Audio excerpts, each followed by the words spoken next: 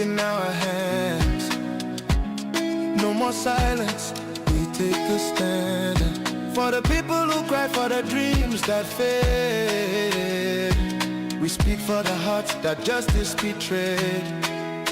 Radio True Media on FM 103.9. Radio True Media on FM 103.9. Now we voice, now we power. True Media go shine like tower. We no go fear, we go talk.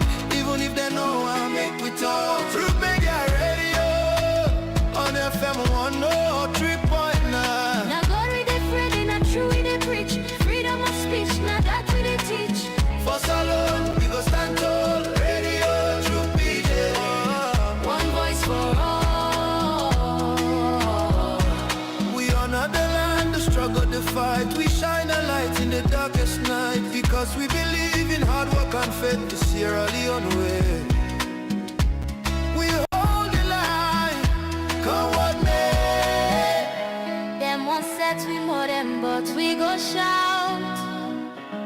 Now the poor man voice we they bring out. Now we alright for know the truth. Now that make we go protect the truth. Truth began, no they neglect anyone. We are the voice, we are the flame. Truth will rise, they'll know our name. We are the truth and nothing else. Truth began, we know they play. Now for Salon, we declare the way. Tune in every day to Truth began radio.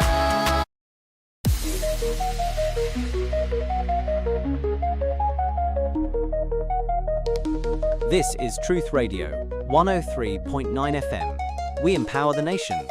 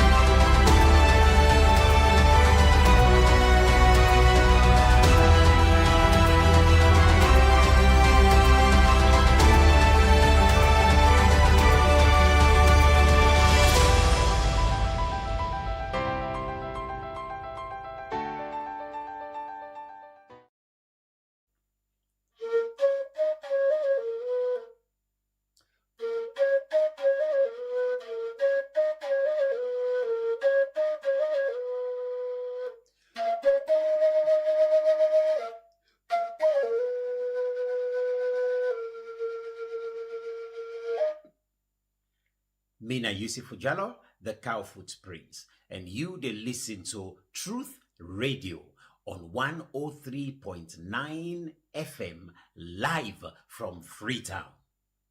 Natu de las.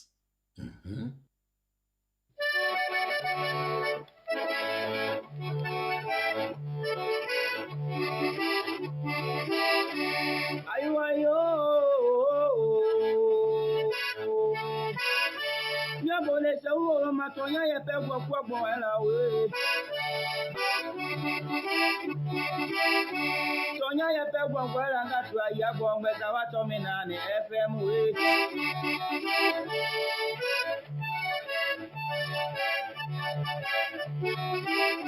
Tonya ye pe gwo ela ngatu ya gwo ngbe sa wa to mi na ni FM.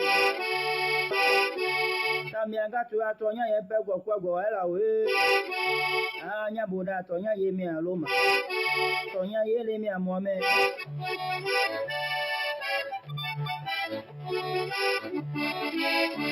La bone jagbe nya le ngeja ti anya le dwe mi do onya ngo lo tonya ye pe gwo ela we. Mi atanu isi vena. Na bo la bo mi do eva. Anya buda je pe gbu la bo mi wa bi do tonya ye pe gwo ela.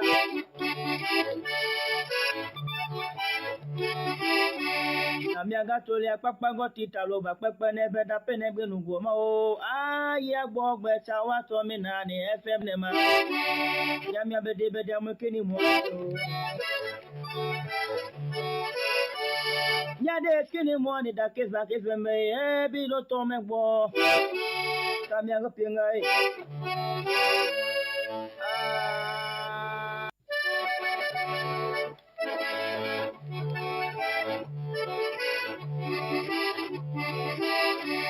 ayo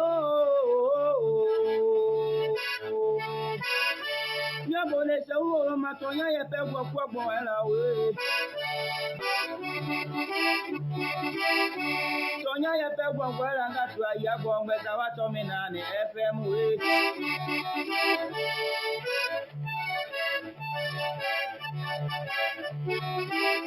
Sonya ye pe gbo gbo era me nga tu ya gbo ngbe sa wa to mi na ni FM Amiaga tu atonya ye pe gbo era we anya boda tonya ye mi aloma tonya ye le mi amome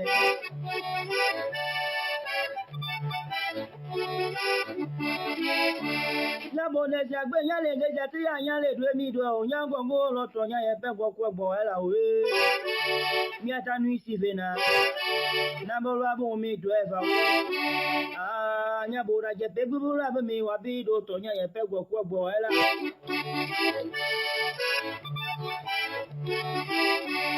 Amiaga tole akpakpa gotita loba kpekpe nebe da penegbe nugoma o aya gbogbe chawa to mi na ni FM ne ma ya mi abede bede amukeni mo ya de skini mo ni da kesa kesa me e bi lo to me gbo Amiaga pinga e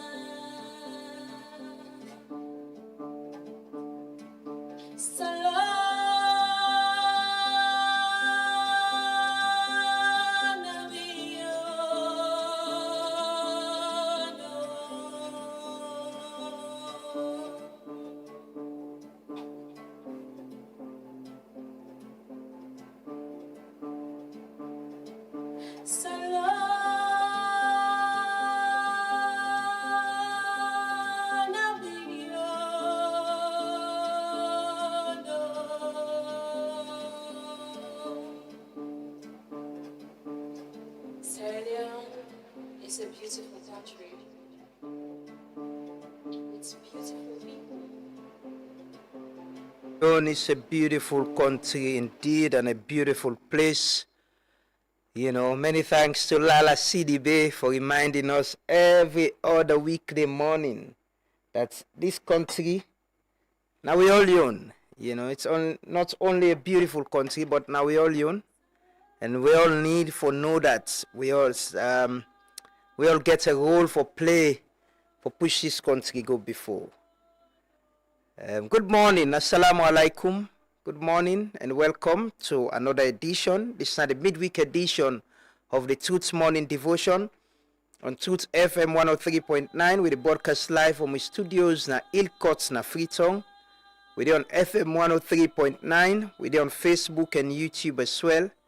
So I want to welcome all we listeners in Radio Land right across the country. And people already watch we na Facebook and YouTube. Assalamu alaikum. Good morning. Good morning and welcome. I hope you sleep well. We want to tell Allah thank you. You know, it's always a blessing for sleep and wake. There's no problem. You know, some people are sick. Some people in they could only dumb. They're not able to grab again. But we tell Allah thank you for the strength and energy for able to come here and do the people's work. You know, do the people's work with we and Una. We every other weekday Now we just start the morning. We appreciate that so much, and we tell Allah thank you for we life, and tell Allah thank you for on our life them too, and on our families them. You know, it's a beautiful morning. The weather is nice up here. I can say up here, you know, in the morning it can too hot. We Monday upwards, so I can drive calm. You know, the weather, the breeze, it can kind of cool in the morning, but see people coming out, you know, me now then they can inspire me in the morning. The way where I can see people and they come out, mostly women, you know, in the morning coming out with whatever they get, either them bundle or them hold them bag, they go, then get them markets them, then the other then not keke, okada, they wait for poda. It tells you how, you know, all we need now this place, now the system for work. The people ready for hustle for their livelihood. Yeah, I may not agree with that talk that people are lazy. They're people. Naturally, every side of the world, you get people definitely were lazy. But, you know, the kind way we salon people and they hustle with all the challenges, people and they find way for take care of themselves and their families. It tells you if there are more opportunities, you will definitely take advantage of it. You know, take advantage. Young people who they ride keke, okada, or life, they have better jobs. Make you interact with them sometimes. If they're better jobs, they'll definitely sign up for them. They'll definitely, because everybody wants to live a dignified life. Everybody wants, you know, they get a decent place where they hustle, a decent job, able to get whatever he gets, come back now home with his family or himself if he's single. Every other human being, that's our desire, and that's what they wish for, you know, for get a dignified life. And pray say, you know, Salon able to achieve that. So say, you know, we as citizens, some of the basic things them, you know, no go be a problem for we, no go be things them where we worry about, you know. Pump lock, by the way, pump. this place, Paso buy water in there. We get water bowser for able to get water. So I check with Guma for know what's in the problem. I never showed that video there. Apparently, somebody go bill, you know, they say pipe boss, but somebody bill pants up the Guma pipe in my salon. So yesterday I reached out to because I've been thinking something minor issue and it don't take long or something we get problem. So I reach out to Guma, and so the communication person they send me lots of videos them of the work and they do actually. Yeah, I will show that video there. But somebody go bill, man. Somebody bill pants up the pipe. Now the right of way. He bill pants up the pipe. So the pipe boss, let me get for need for demolish in house. And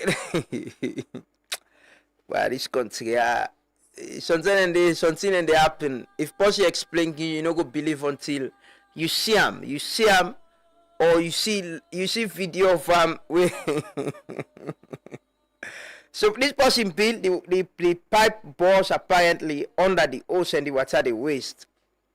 And they need for maintenance the pipe. So for able maintenance the pipe, they need for demolish.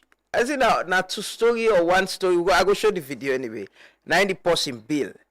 So then been get for demolish that building they first for able get access to the pipe for solve the problem. So people now free tongue go able get water.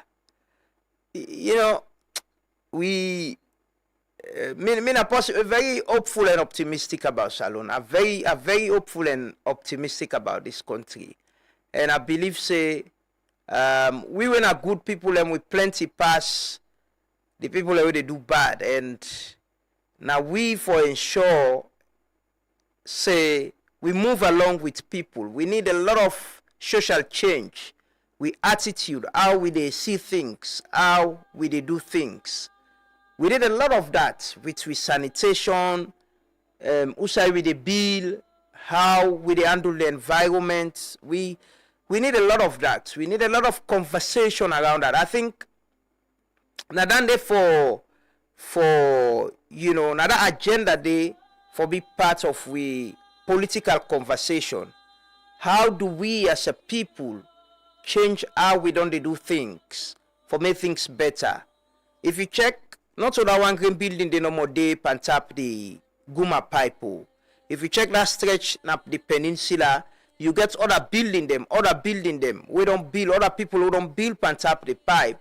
Where if there's any time when there's a problem, person go demolish the building for us for able to solve the problem for low water. But this, like I can always say now, then they happen before we hear. Then they happen before we hear you. Would they see them? Would they not community? Would they see how people and they do things the way bad? We know they talk, we know they raise alarm. We just say accept no more. But when problem come, look now, it's 2 weeks. I think it's 2 or 3. It's 2 weeks now. This week they make 2 weeks. We know they buy water, pass we buy water. And I'm sure it's the same for many other people, not to we no more. It's the same. So one green person in action don't affect the whole of Rita. Anyway, good morning and welcome. Assalamu alaikum. We want to say very good morning to His Excellency the President, the First Family, and we want to say very good morning to the First Lady and all the security officers them. We security officers them across the country. We neighbor them na Gwentites, Wilberforce Village, Spur Road, Spur Loop. We people them across the country. People them where they hustle. People in a farm. People them where they hustle, whatever way, for make their life better. We hearts and minds stay with tonight and pray say whatever una they doing, whatever now una endeavor, Allah go make them easy for una. So let us pray this morning. We want for call Allah seek Allah in guidance, protection, and blessing in we lives them, in the lives of we leaders them, we politicians them, we the people them as well. Let God give we instill in we awareness and consciousness for understand say we need for do waiting right, and we all get a role for play for push this country good before.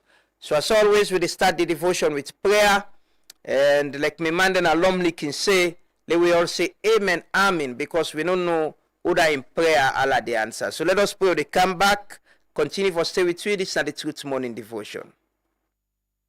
يا والأولين يا قوة متين يا ذا الجلال والإكرام اللهم صل صلاة كاملة سلم سلاما تاما على سيدنا محمد. ربنا لا تزغ قلوبنا بعد إذ هديتنا وهب لنا من لدنك رحمة إنك أنت الوهاب. ربنا آتنا في الدنيا حسنة وفي الآخرة حسنة وقنا عذاب النار. ربنا هب لنا من أزواجنا ذريتنا قرة الأعين واجعلنا للمتقين إماما. Wallah, we ask you, may Allah put blessing on this nation. We pray to Allah, may Allah bless the country.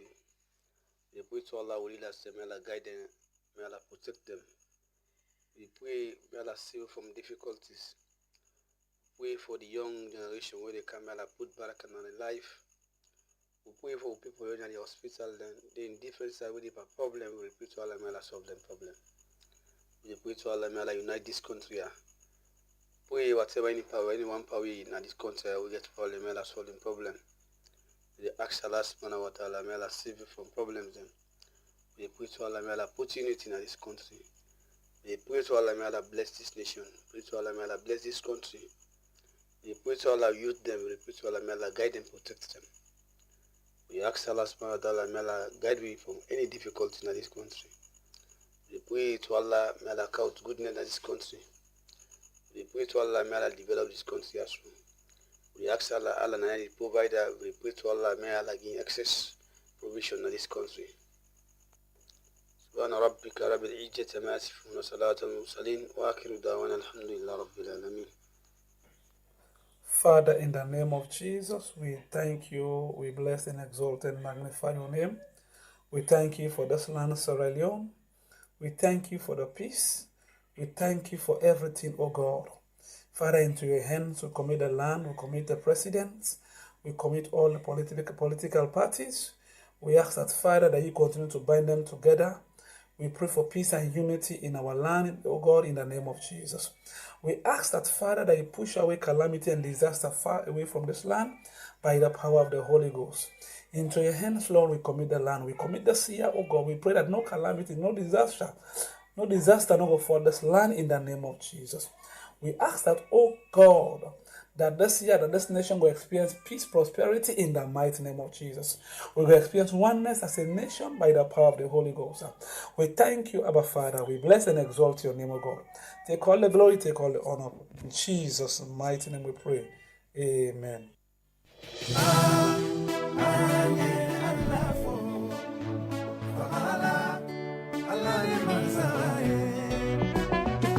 Mortal man, no guarantee. Mortal man, sabi dwelling company. Mortal man, no guarantee. Mortal man, we not natty. When you company for property, but everything na life na vanity. Mortal man, eh. Mortal man go when you west working go come day. Mortal man, eh. Mortal man, eh. Mortal man go when you west working go come day. Mortal man, eh.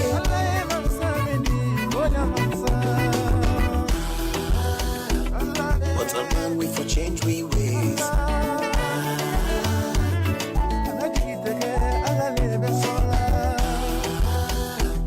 Mortal man, we for change we ways.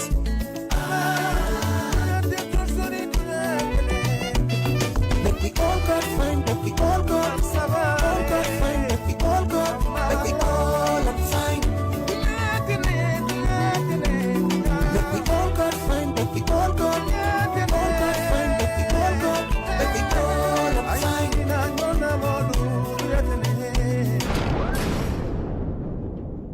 Mortal man, no guarantee. So never champ pull up for nobody. Mortal man, no guarantee. God bless you, my brother Jimmy.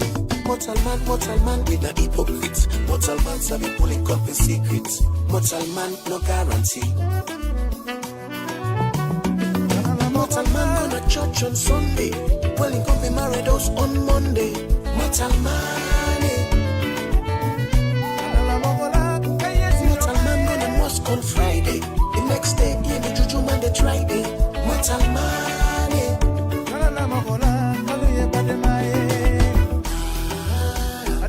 Mortal man, we for change we ways.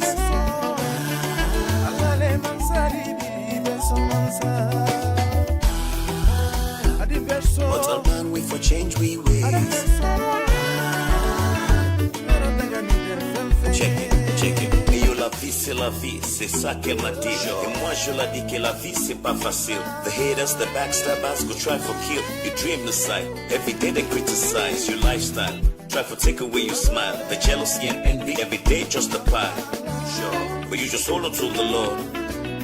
You just hold on to your God. Make we all God find, that we all God find, that we all God, that we all am fine. Make we all God find, that we all God find, that we all God, that we all am fine.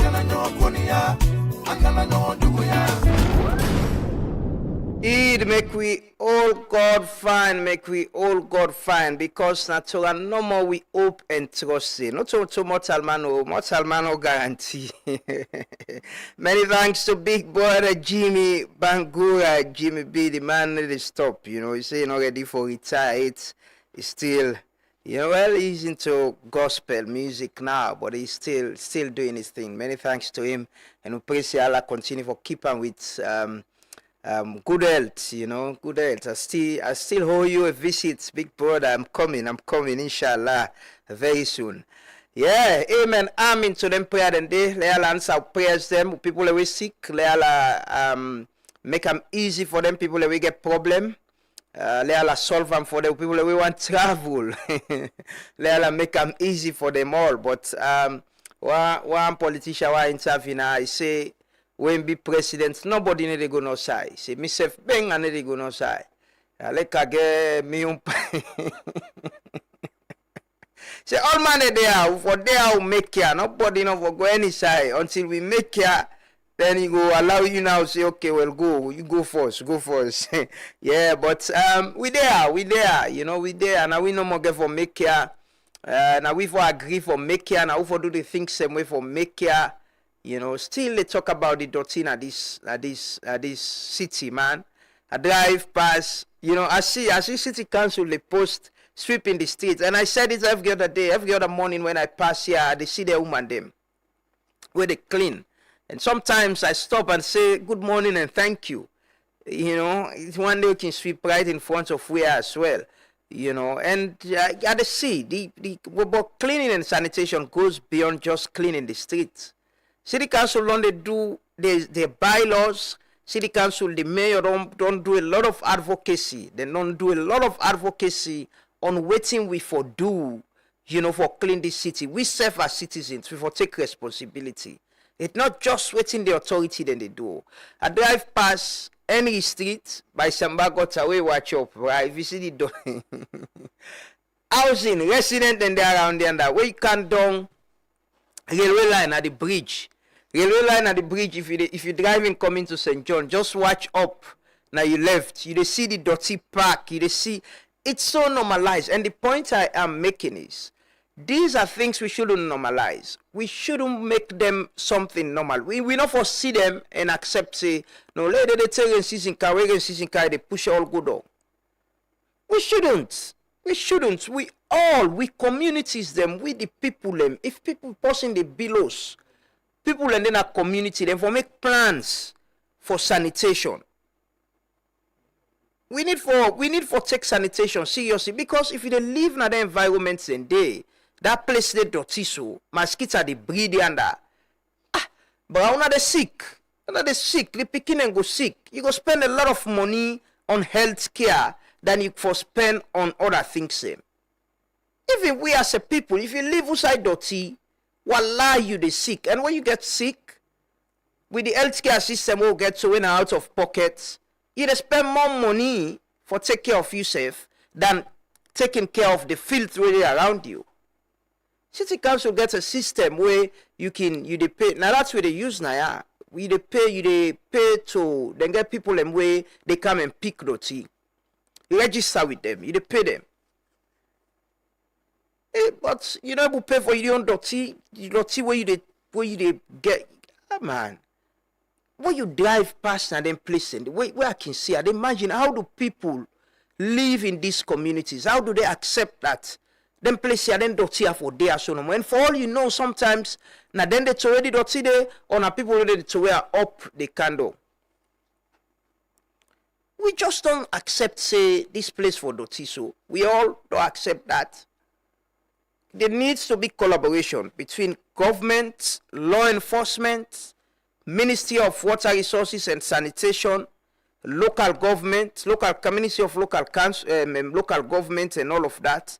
Let there be collaboration, and I think the need for include the Ministry of Information and Civic Education, because we really need some social change, some 360 awareness of how we manage waste, we attitude to how we manage waste in this country.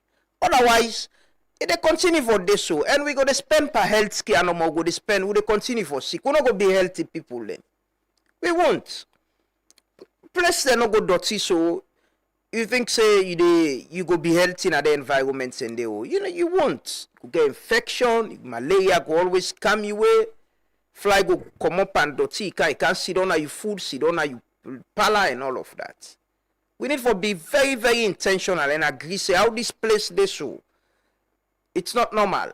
Normal people they not for live in a communities the way they so. We all for take responsibility as a people. Now we the generate send or and then now we the toy and now they pull and we host them. Go iban a treat, go iban a gutter. And make it be a burden on council, on other institutions and for clear them up. But also, the institution that we responsible need for collaborate because council get bylaws. There needs to be enforcement, some level of enforcement. Also, we need to invest in sanitation. We need to invest. For me, it never looks good when you see the landfill areas there. If you drive past Kongotong by Kintom, all day, always you see smoke. You drive na Eastern by Ferry Junction, Pome, all day the dirty. We need for actually think. We need the leadership, political will, collaboration between institutions and for think. How do we address this problem? Let's get a conversation around them. We should. And we are people we don't show say we're ready for address something. We definitely they address them. If there is a political will and leadership, wallahi, you lead us to it, and we all go try for change. But we need for change your attitude. We the people them. We need for change your attitude. But it comes again to about planning. You dey watch some areas them up this hill na this city here, brah. And they imagine how them people and they manage waste in the area then they. Because if the one that they get at dot if not able to access the area then they, where somebody get in dot just a to and a go type a candle. The problem is plenty, but we'll try. We talk we own, we go to raise awareness on the things that we need for do. But this place yesterday one my colleague, he said Salon can tire me. I say yeah, I'm a colleague and a journalist, they work in another place. I say yeah, I say it's true. I say sometimes I wake up in the morning and if I take my phone, I check number see. The message about they see, things the way people and they share with me, concerns them, things the way they happen. You imagine you say for stats, say for go, But now we they play with own parts, but we all for agree and accept. Say one person, not able to change this place collectively. We for all we leaders them accountable, but for all we self accountable as a people. For all we self. Now they vote, now they elect leaders them, now they now community them. Community and they do well, very well. And they manage and waste, then they do the road, then they contribute. And leadership. It's leadership. We'll take we pledge this morning. After that, so they can do the roll call. We got a lot of things for update on this morning. We get a lot of things for update on this morning. And this morning, we're going to talk to the Minister of Foreign Affairs and International Cooperation, Timothy Kaba. We look at the Leone in presidency at the UN Security Council, the legacy, and we also give a look at the US visa ban, and we position as a country now the global stage presently. What are we doing? Where do we stand? We ECOWAS chairmanship as well, regional security and peace and development. We can forget that conversation this morning. So continue for stay with you. Let's take our pledge as that now we commitment to this country for sure say we always go put the interest above all else because Salon big pass we all they come and go, but this country they stay and we all get a role for play for ensure say we left a legacy, a nation, a country where whoever they come after we go say yeah the people and before we lay the foundation for let we move ahead. Let's take the pledge. We'll come back shortly. Continue for stay with me. I pledge my love and loyalty to my country, Sierra Leone. I vow to serve her faithfully at all times. I promise to defend her honor and good name. Always work for her unity, peace, freedom, and prosperity, and put our interest above all else. So help me God. So help me God. I pledge my love and loyalty to my country, Sierra Leone. I vow to serve her faithfully at all times. I promise to defend her honor and good name. Always work for our unity, peace, for our prosperity, and put our interest above all else. So help me God. So help me God.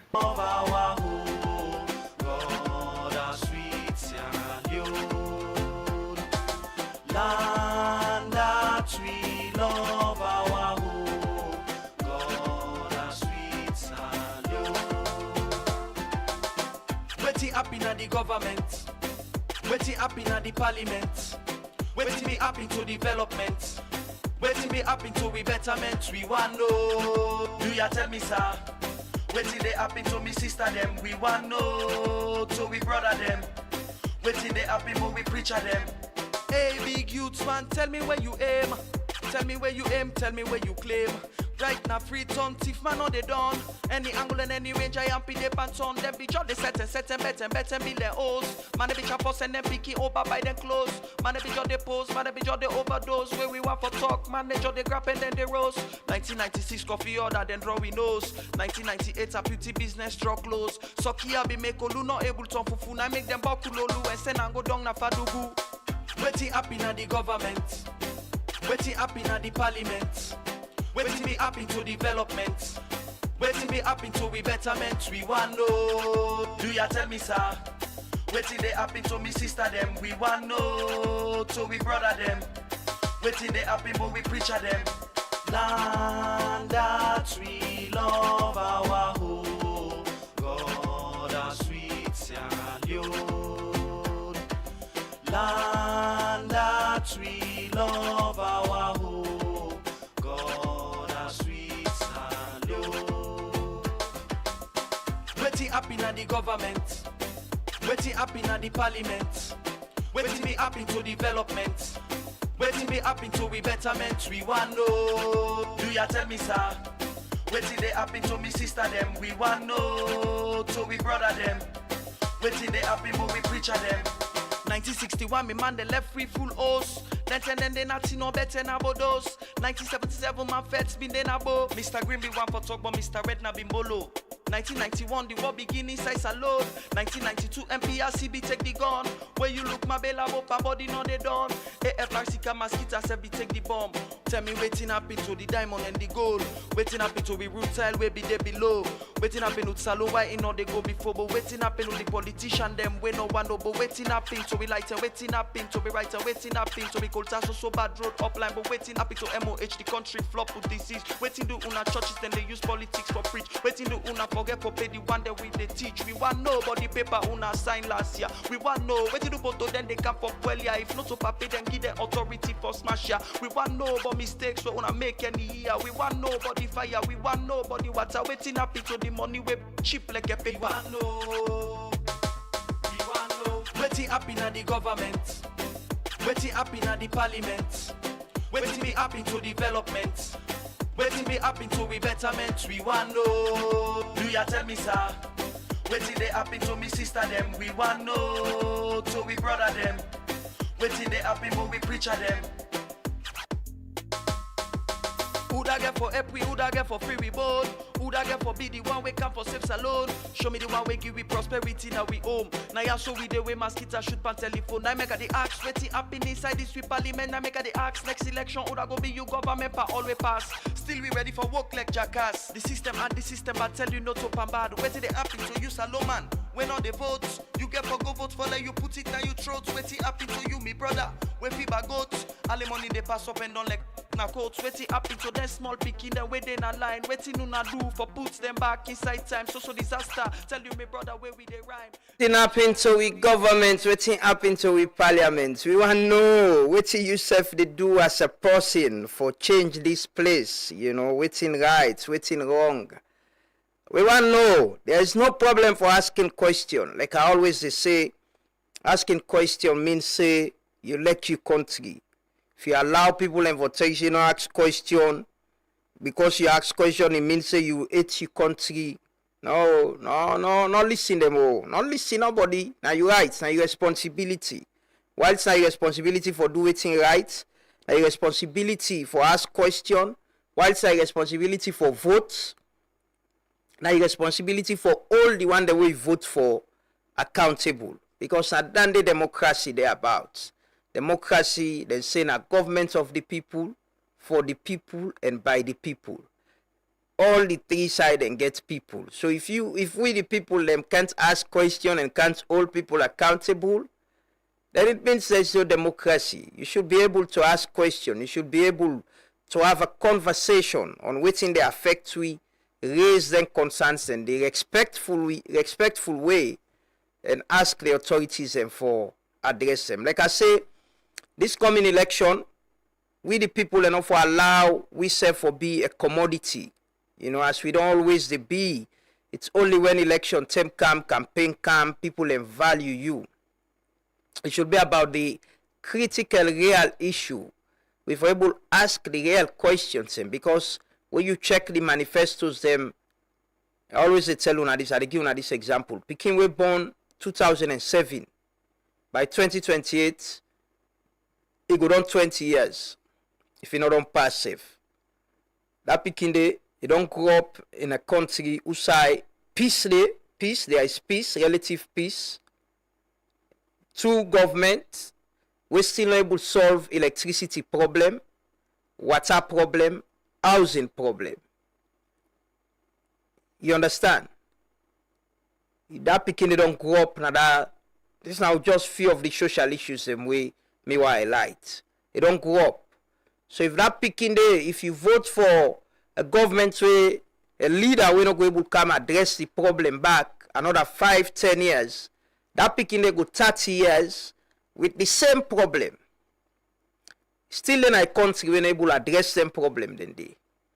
So if we ensure say, you know, this next election, we the people ask the right question, lead the conversation, not for left and give the politician. We all know what's in our problems. Alone the problem they not new. No one will tell you, say, let's suppose you not tell you, say, I want to go up space. I want bring camps, I want launch other thing. The basic things, those are the things we should ask for. The basic things that we may use sabi are the things we should ask for and ensure, say, we authorities them understand saying I don't think say they will want to address. Later we will begin think for grow up space. We will begin think about, but how do you create jobs? How do you make the economy better for everyone? How do you handle corruption? How you make we all go feel say whatever government come we're part of it, inclusivity. How you address social issues them, water, light, health, and all of that. And then they forbid the conversation. Not to for sing and dance and turn about, you know, this trip will not for the pamphlet sing and dance and turn about business. We shouldn't. The world long past that stage day. You know, say people in the pan sing and dance and turn about. They don't pass that stage day. The world now is about how citizens and they demand a better life. Better opportunities where everybody will benefit from. I really want to do the whole call. I don't know how to get some issues with my internet this morning. I don't know if the Wi-Fi is not acting well, but I want to do the whole call. But whilst I try to fix that, let me watch this video of the Lonely Beach. Yesterday we played this video. But I want to bring Anton's attention back. I think, like I said yesterday, the authorities that were responsible truly need for collaborate and see how then they work together and solve that problem there. The beach need for be clean. It need for be clean up. Let's watch the video. They come back shortly. Today, Truth Media then at Aberdeen and Lonely Beach when I one party beach them where they showcase the country in beauty. Last year, we run a story they ask the big question say who that's responsible for clean the beach because blame shifts will happen between the Ministry of Tourism and Cultural Affairs and the Freetown City Council. The Minister of Tourism and Cultural Affairs, now Bella Farida Tunis, we make and clear say for clean the beach not for them under the ministry mandate. Then they do because the beach now one party team them will they showcase the country in beauty. For response to this, the mayor of Freetown, Yvonne Akisoya, been say the council not get the resources and manpower for clean the beach and say the ministry they collect lily money from people who they do business along the beach rather than for make them able for generate money for clean the beach. And mayor been talk stay for clean the beach and for clean streets. Now two different manpower and resources needed. So it been called on the Ministry of Tourism and Cultural Affairs for make them partner together for see how they go clean the beach go run for long term rather than short term. Few months down the line after the rainy season, we still see the same thing. Even though the Ministry of Tourism talk say then they put efforts for clean the beach, We can see one term where the beach clean today and tomorrow, dirty the park na the footpaths them, outside people and the worker. So we go continue for ask the big question. Who that's really responsible for cleaning the beach? Is it that from then 10 and day to now, the Ministry of Tourism and Cultural Affairs and the Freetown City Council not come together yet for see that say this dirty business at the beach tap at all? For Truth Media, me na David Aspen Solomon, the report. Yeah, that's not the beach. And the beach you say we all proud of. We say we all they go. Now they would exercise. Now they would hang out. Now they would care with family for fun. Now the beach and they na so it dey. That beach there how it is so. They show say we na dirty Colombo there. Dirty Colombo. Not clean. We're not clean people. We can't clean that stretch of a beach. My man Trevor is there. That guy has been at that beach trying to clean that place. I see him and I say, this man, he can't have this tongue by your business and can't take up something else. He thought now, I'm sure he might think say this is something I could just do quick and left. But now he is into it. You know, leadership, sometimes and they money they come outside. I watched Trevor in video yesterday and he was saying he meets with tourist board and they were saying they not get government they put money in a corner. But this is the point I talk about. We know they spend pan sanitation. We don't believe so for spend pan now. We get a whole ministry where they handle sanitation, but we don't believe we should spend on sanitation. I go try for check waiting our investments, waiting our allocation to sanitation. But yeah, but leadership and goodwill, you're able to mobilize people and goodwill for clean that beach. Beach bad and they make money, hotel and they pay tax, they pay things. Who side the money then they all they go? How do we need a plan for clean not only the beach, a sustainable plan for address sanitation problem in this country. Now this city, first off. We need investment in them. I agree, there is no money, but don't spend the money. Otherwise, we not dirty Colombo. That beach there they should say we not dirty Colombo. We not clean. Let's do the roll call quick. We get for run. We get a lot of stories them for update this morning. Good morning, Karimu Kenneth. Good morning, Amanatu Sanusi. Good morning, Musa EJ Momo. Good morning, Adwa Kitia Boltzmann. Good morning, Abubakar Bangura, William Martin, Abdul Karim Aziz Kamara, Gabriel Indolo Lebi, Sise Ansumana, Augustine Momo Davis, Jeremiah Koma, Lamboy Richie. Good morning, Ismail Koma, Amina Tamara, Emai, good morning, my brother, Engineer Lawrence Toure, Lebron Sidibe, good morning, Yasin Jallo, Sulaiman Tairu, Mike Macaulay Cyril, Moadi Basawi, Augustine, yes, Bakar Sise, Bemba Simabu Kamara, Kemil Isa, Albert Ia Bonzu, Ibrahim Mansare, Musa Masakoy, Mohamed FS Kamara, David Rogers, Mohamed Kalon. Good morning, Moka. Hope you do fine. Happy Wednesday, blessed Wednesday to you too, brother. Gabel, Albert Lansana.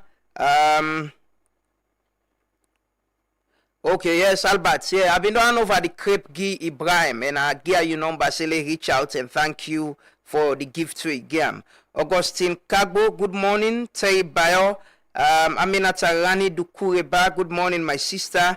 Eddie Clay, good morning. Nabila Musa Kamara, Prince Sila, Edwina John, Mosdi, Shiva Concept, good morning. Yanamina Kamara Freeman, good morning. Bobson Maxwell, Aja Masale.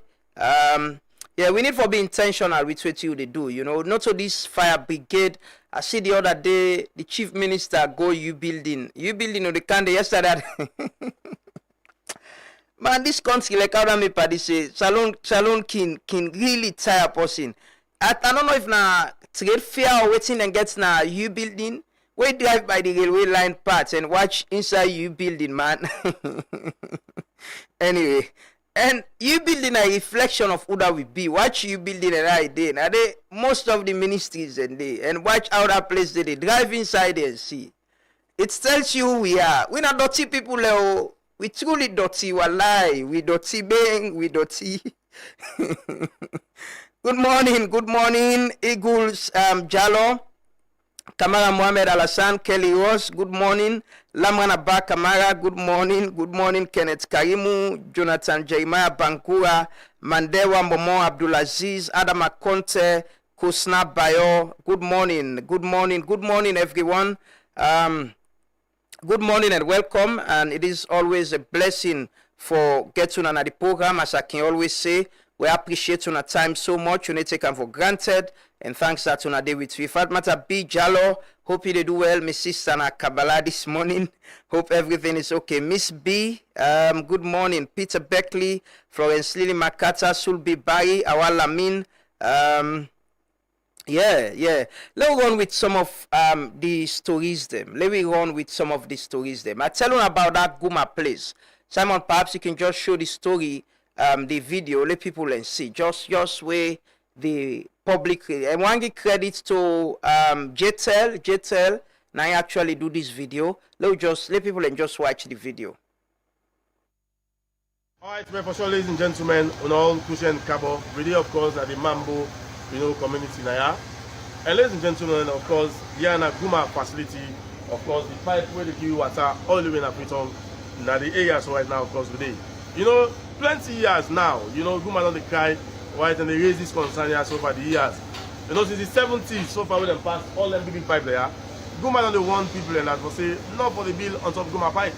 Because safe. What you remember is the last time again, ladies and gentlemen, if you check my YouTube and my TikTok channel, you will see that for say, we go video at this other place again, all the way in Hamilton. If I make up a bus, damage the owner in house, in property, everything so far, losses millions, So again, if you observe right now, ladies and gentlemen, as we say today on Monday, we there now the area na Yaso right now. And if you don't get water over at Tembeton, Bookfield, so that part of the CBD area, now because of the particular side. Now, Guma get shut down, and people notice water pressure all day. So they don't come, not spend a lot of money so far, for them to excavate from one particular side because they see the water they come out. But they don't see possibly why not the pipe burst. So now again they don't come where they don't notice possibly this structure has only for gold, this one don't go, they don't excavate them. But as you see right now, say ladies and gentlemen, make like show a live video. From this live video, right now the decision, I notice say huge water they come out underneath right this particular structure.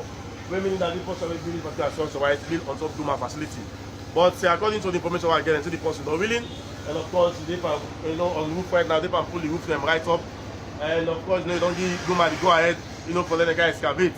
So you don't see this are plenty money this, and so Guma right there right now, and Nayaso, and then from now, when we can start let them begin to dig this right this one to this pipe, so that they don't forget who side the water really they come out, and then fix them up. But at least we don't continue for the tell this kind of story. I mean, it's so sad. Because of God, right, when the money this, right, you remember that say, if you don't do your host, but not the bill, not the right of way. Right of way generally, what is suicide, it's like they spend a lot of money as well. Again, right, just for demolish structure and so far. Now, for all them thing there, because, Guma can get notification at any time so far. Everything is more bad than that, right? But always for the safety and security, this is not safe. Because you can't pressure away Guma water they carry it, ladies and gentlemen. If you team up, they can damage you, it can kill you. That's when I go no for say right, the property we get, equivalent, so even at this you bone. So we want for and tell the general public for say that the situation this now, and we don't know how many days we go for for the reach inside. But side the person bill, right? We are people, we are people, we get liber. We do things same way we no say no rights. Now pantap the Guma pipe the person bill so. We don't do free tongue, we don't get water. Just because somebody, and if you check now that stretch there, and the peninsula area, that they check now that stretch there, a lot of people don't below span tap that pipe there. Simon, usai stop this, let people just see that last part there, usai now the pipe, let people just see on the screen. Now they person build that kind of story building there. For all where you go check there, you go tell you say, I get documents, I get paper for building. But now they make we no get water. I make we no get water na free tongue. These are the things we do. We as a people. We attitude. The police still they go and clear up. The police they clear up the road. Semlo just watch that video there.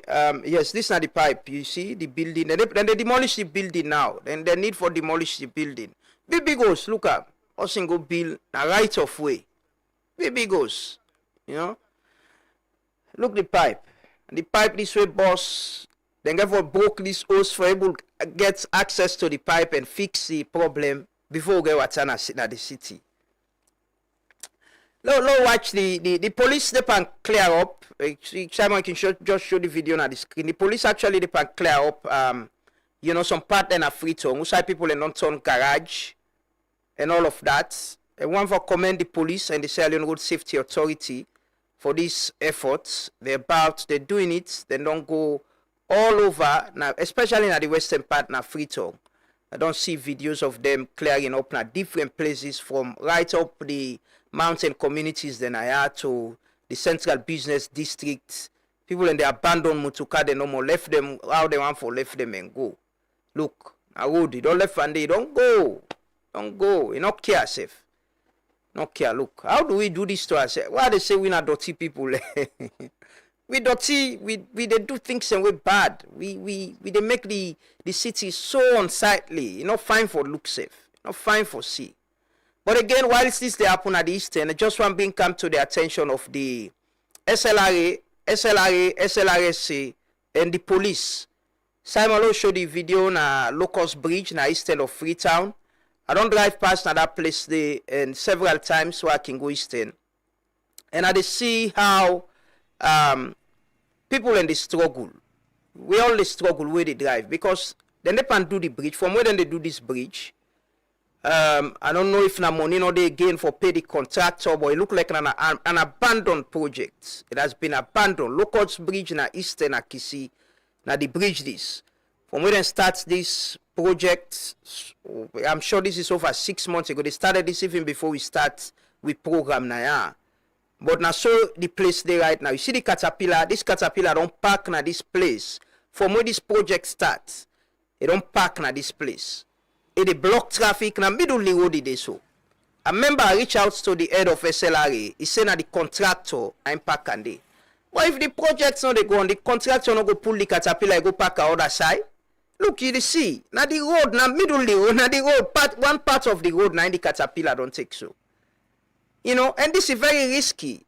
People when they pass here every time, they tell they could abandon this project to don't let farm. No know if na money no there or whatever. But at least let the contractor go pull the caterpillar there. They go park on the other side. You don't. How do we do that? How do they do that thing themselves and see them and accept and see them normal? How? How do we do that? How we go do that here to the main road like this? This is not Kisi bypass road. Main road. Very busy now. The junction, this Locust junction, markets there around it. The Locust market. This thing don't park now. This place are always concerned. Personally, I don't send them. I don't send them recently to the head of SLRS as well. I don't send them to SLRA. But they put and now let everybody see. It's still there. Una go pull and day. Una pull the caterpillar day. It a block road. Sometimes you think, who are they in charge being? Who are responsible? Who are they in charge? How you go allow this for park in that place for this long? Very small road, tight road for 2 motorcade no more. Then you allow them for that. Look the bridge self, the bridge project to don't left and force. Sometimes yeah, but one bring at our attention. SLRA say the police, while they declare some part na the western part of Freetown.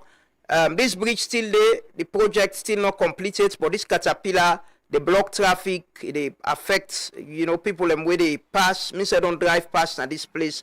It's still parked there, it's been there, and I think somebody for take responsibility and remove and they go pack them some side. Other places, free space go there, where they can able to take them back and bring and come when the project starts. For God know when it go start again. But one bring and to our attention, normally, lay una aware and no say, you know, then tear there. For me again, you know, that kind of project they are. I don't know, especially them very, very important road they are inside the town. I don't know why we they allow it take this long, you know, take this long for complete. You know. Money challenges, but when we read the audit report back, yes, I know they talk about audit reports, man, and they spend the other way. Man, they take withholding tax, you know, they pay procurement irregularities and all of that. But money not there for spend on project then like they were, you know.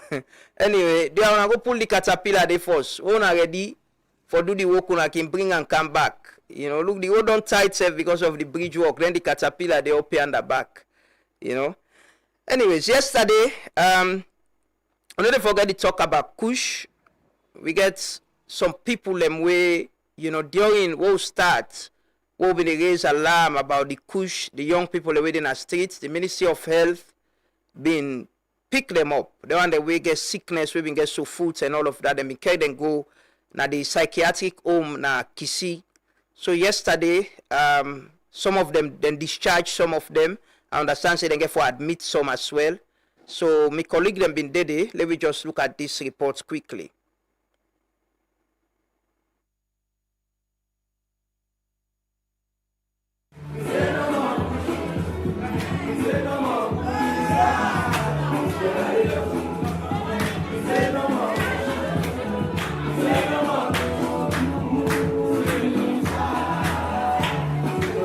The care and treatment pillar of the National Task Force on Drug and Substance Abuse don rehabilitate and discharge 40 patients that will be admitted for the Kush Rehabilitation Program on the 28th of October last year from the Sierra Leone Psychiatric Teaching Hospital on Tuesday, 13th January 2026, under the theme From Recovery to Reintegration, Restoring Hope, Health and Dignity. Dr. Abdul Jallo, Director of Non-Communicable Disease and Mental Health at the Ministry of Health, say the care and treatment pillar of the National Task Force on Drug and Substance Abuse been taking 40 patients with severe wounds, severe medical conditions, and severe psychiatric issues. As part of the task force for the National Drug and Substance Use, we, me and the boss, they na the treatment and care pillar.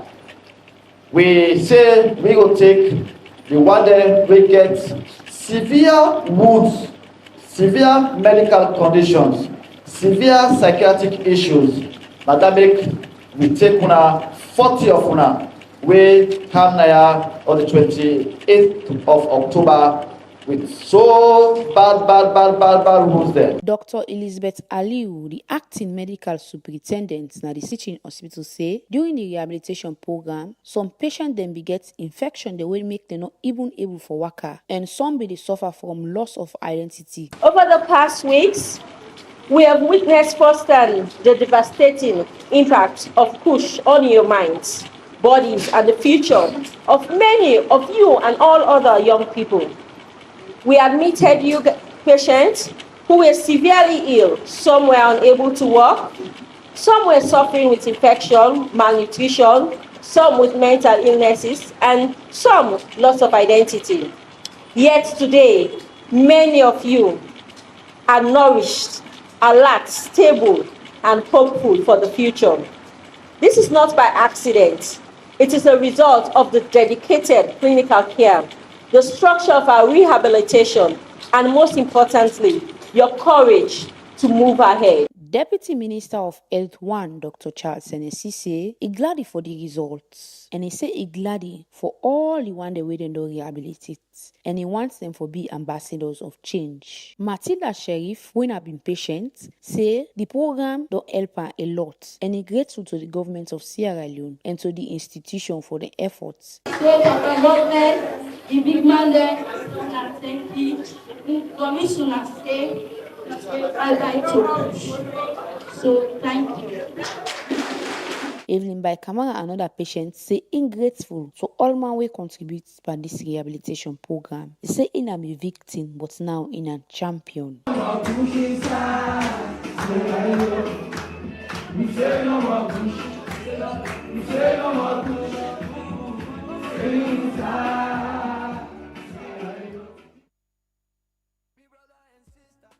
They wanna make we left for smoke, kush. This cushion a disaster. This now we country alone. They make we brother them go astray. No give me cushion, no want them me as well, no let come on. I say government partners in help don't come as one for pull me from substance. Me I never know. Me I never know. Me I never think say man for live some man. Be that think say I for die go by now. We say no more kush. We say no more kush.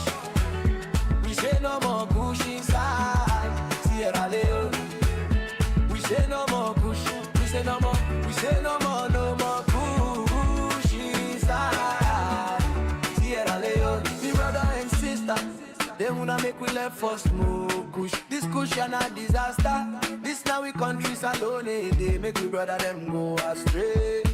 No give me kush, I no want them, me I swear I don't like a more. I say government is not as enough, don't come as one for pulling from substance. Me I never know, me I never know. Me I never think say man for live some man, did I think say I for die go by now.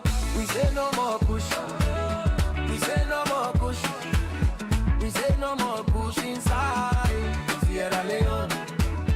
We say no more push, we say no more, we say no more push inside Sierra Leone.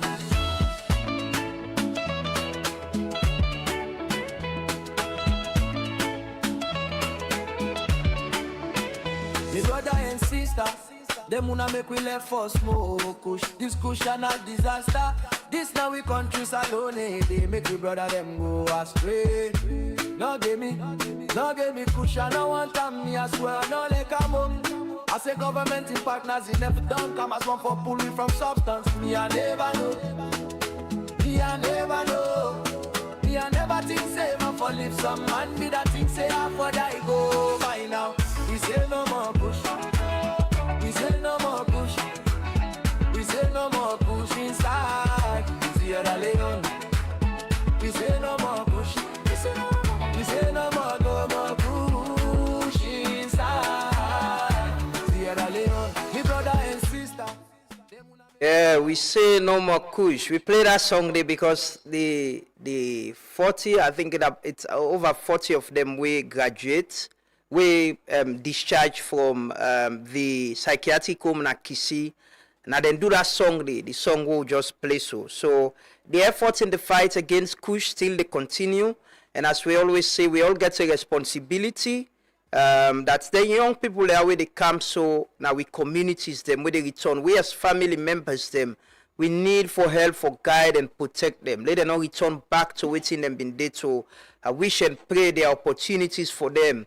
You know, we could change their life and so that they not go see reason for go back to the wrongs and way then they do. We they can't go McKinney now. Usai, we get information about an attack na a filling station. Let me talk to we colleague Beatrice Camara. We they on the line this morning for give we updates. Good morning, Beatrice. Good morning, sir. Yes, good morning and welcome. We understand say there was a shooting incident na McKinney. Waiting at the situation, waiting at the updates where you're able to gather from the police and community people. Well, according to the authorities, a fuel station attendant was shot and passed away shortly. And according to preliminary investigation, no arrest has been made and investigation are still going on.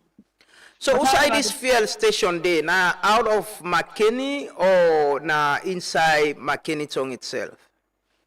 Out of McKinney. It is situated in Wale community along Kamakwe Highway. Okay. So the pump attendant they killed it. Now in one no more affected or other people they're not affected at all? Yes, sir. 9-1. This nothing way regular na McKinney or it's something that's unusual, you know. I know McKinney gets a lot of petrol station. I can go McKinney sometimes, and this can happen or this is unusual. Well, according to the police, then it's not the very first time this.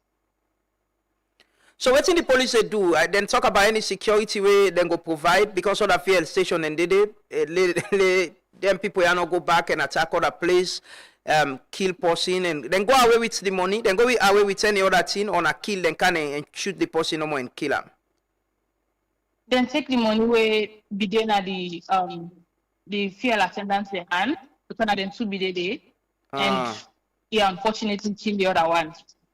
Wow. But Yes, go ahead. Yeah, but I don't get any official confirmation if for say the police then will provide any security for any other fuel station then. Yeah, but when I talk to the head of media, you talk to you and other journalists and talk to the head of media, na police, right? And waiting is say. Yes, it's and not tell anything about that. I think he sent me the confirmation from my boss. Okay. But if we get yes, you did say. Go ahead. yeah, but if we get any updates, we go sure say we talk to Yeah, bring about. them to the public. Well, Yeah, thank you. yeah. Thank you so much. Thank you so much, Beatrice. That Thank you, sir.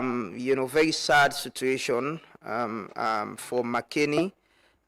We happened yesterday, and we can go Kenema, low talk to we colleague Cleverson, get some updates we want for give you about some drug situation, drug issue na Kenema. But whilst they do that, whilst they try to get Cleverson on the line, yesterday the president meet with cross section of in cabinet ministers them, and na a one-day retreat column or so, you say, you know, then talk about, I think then the planning for the year of action don't start already. But get Cleverson, logo Kenema quickly. Good morning, Cleverson. Good morning, Governor, and good morning, viewers and listeners of this media. Yeah, so what's the update from Kenema this morning? How is Kenema? Well, Kenema is fully informed relatively with respect to peace, and of course, things are going on normally. Just that the fight against drugs it still remains for me as in way like the police want to take on and keep their own. And of course, the state is making some successes out of the means and where they conduct. And as of yesterday, and the day before yesterday, they had several arrests. They made several, conduct of rape with the end of secure. Use some of tramadol and that's of well cool, as the case may be.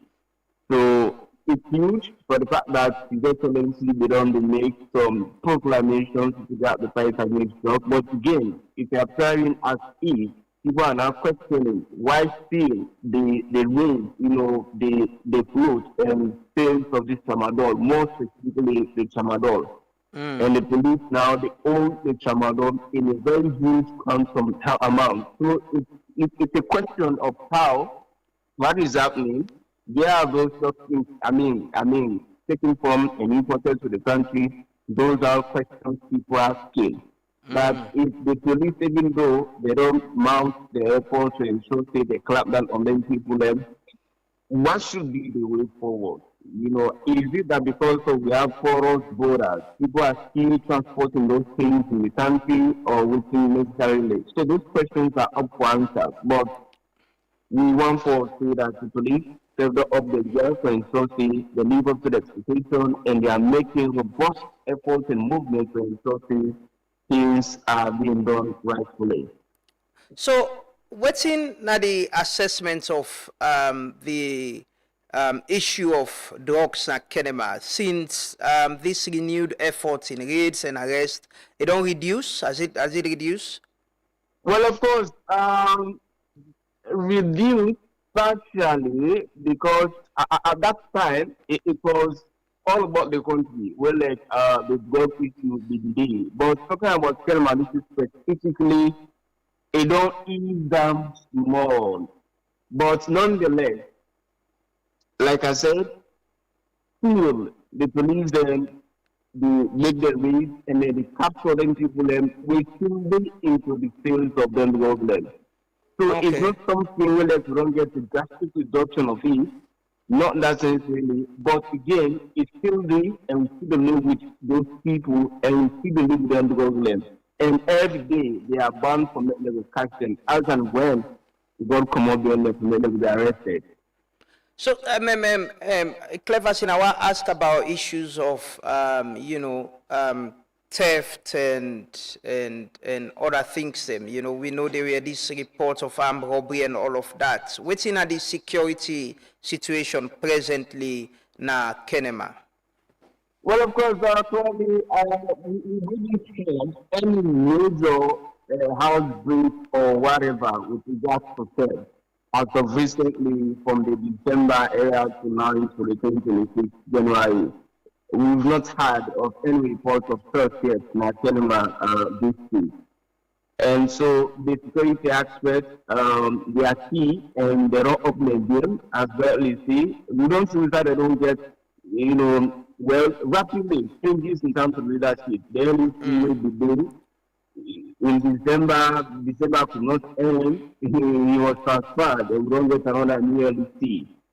So the leadership, when there's any red flag or whatever, with the suicide, a strict action will be taken from the head for me to ensure there is sanity and for make the good side of the security measures and this part of the country. The police is getting partially secured, and the police is set up again for ensuring it will remain safer and secured at all times. Okay, this issue of community ownership, how much are the communities involved in raising awareness in the fight against drugs as well? How much, then they support the police and law enforcement institutions?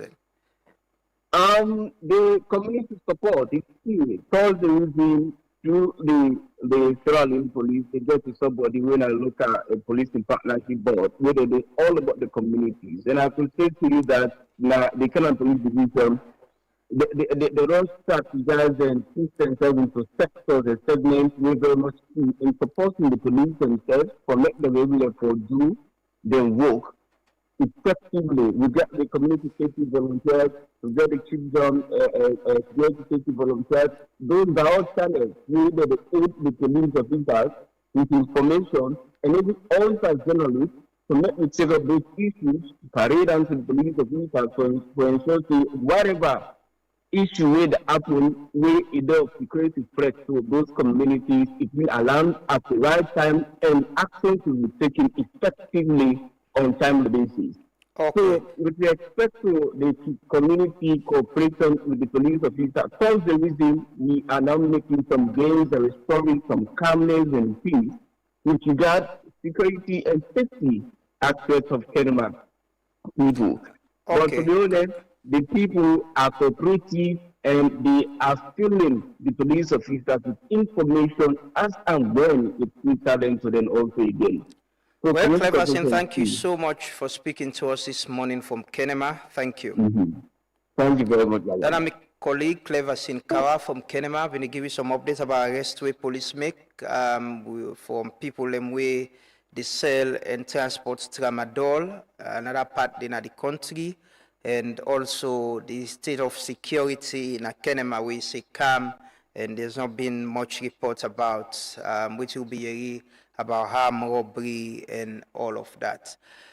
But let's take this final update. Yesterday, His Excellency the President been posted in social media handles and say, following my New Year's address as President, I held a strategic meeting with ministers and stakeholders to prioritize programs and activities for this year of action. My administration is committed to making progress that positively impact all Sierra Leoneans. And you see the picture of them and get a meeting yesterday. Understand say this is a fabulous resort na the Western Area Peninsula. The ministers and Dede, the chief minister and others. Well, year of action is started already. The president, the talk and do the show. We say, this is not a year of action. We need to take stock. Like the Minister of Information said, there are things we'll get for look out for, and we serve as media, as the public, we get for the take stock of the entire.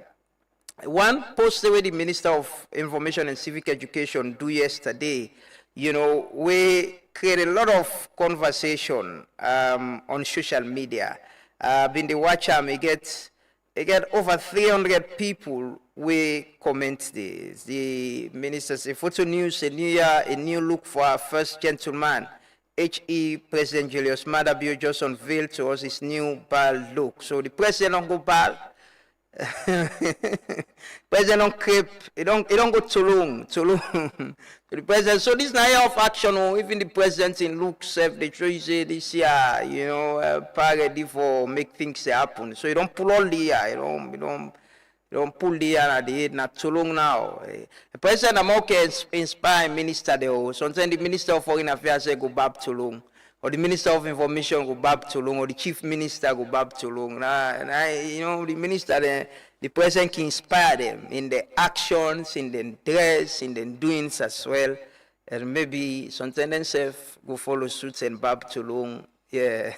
Well, that's it. The new look of the president's Year of Action 2026. Continue for stay with you. These are the Truth Morning Devotion. With the broadcast live from the studios na Ilkot na Freetown, where they can talk to the Minister of Foreign Affairs and International Cooperation, Honorable Alhaji Musa Timothy Kaba, where they can talk about the legacy of the presidency na the UN Security Council, and also with leadership, President Bio's leadership na ECOWAS, stability in West Africa and development as well. And also the role they play in terms of global peace, as how the world they presently we stand, and also the US visa ban. That's not the biggest issue. I'm sure a lot of people get question or comment, but the minister can give you updates about who we there as a country in negotiating with the US government for lift the ban. We'll take a quick break whilst they get the minister at the studio this morning. Continue for stay with me. March 23, 1991, war for Donna Salone. For 11 years, people suffer, people die, then cut people hand them, rape woman them, bonus them, do all kind of bad thing them. For 11 years. January 18, 2002, the late President Ahmed Tijan Kaba declared, say, the war done. The Truth and Reconciliation Commission be recommend, say, we forget one day na salon where we go take member the war. So, December 11, 2025, His Excellency the President, Dr. Julius Maada Bio declared, say, January 18 every year na Remembrance Day. Day for member we brother and sister them, mama and papa them we die pan the war. Day for recognize the one them where the war left mark pan them. The one where they cut the hand and do other bad thing them too.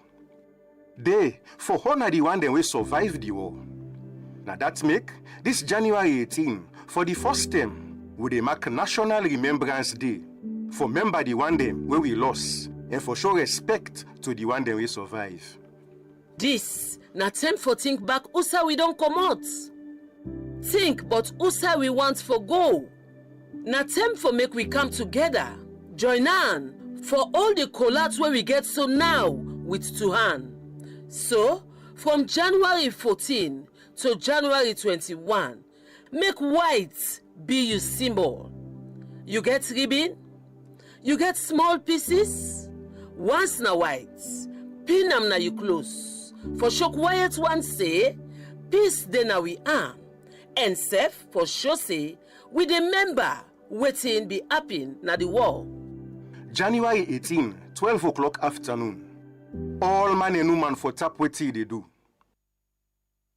For 2 minutes, we for the quiet one, as we remember the thing that will happen at the war. More the one that will die, and the one them we still get the mark them.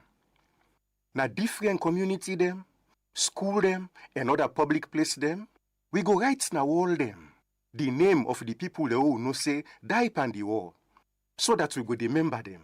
Sef, we go write fine message them, for sure say we abop say we go get colat te go.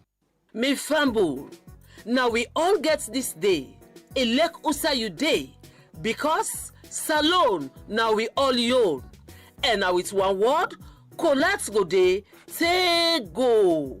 National Remembrance Day. Salon, remember.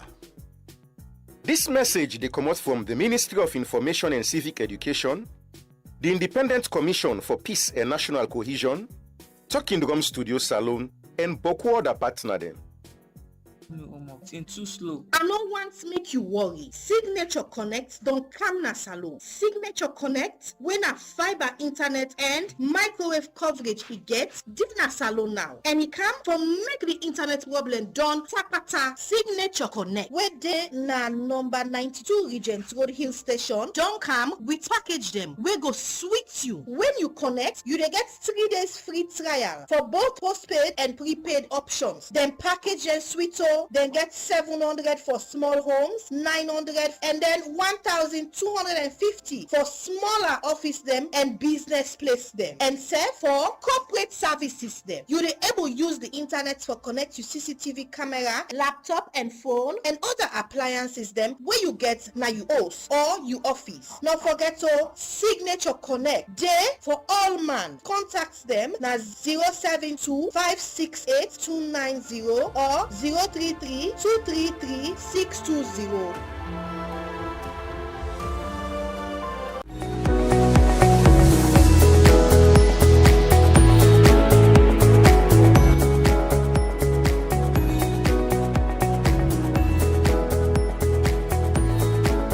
We are joining the rest of the world to digitalize our processes, to streamline our processes, and to make them better for end users and even for us.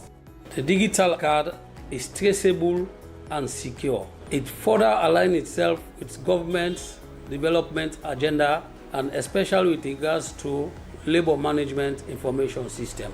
Our priority is a fair and efficient system that welcomes skills and investment whilst protecting national security. The sheer bureaucracy, the sheer time required does not make many people interested in coming over here to register for either residence or work permit, as the case may be. But we are streamlining the processes in such a way that you can apply for your resident permit from wherever in the world you are. Apply through our official channels and stay away from fraud.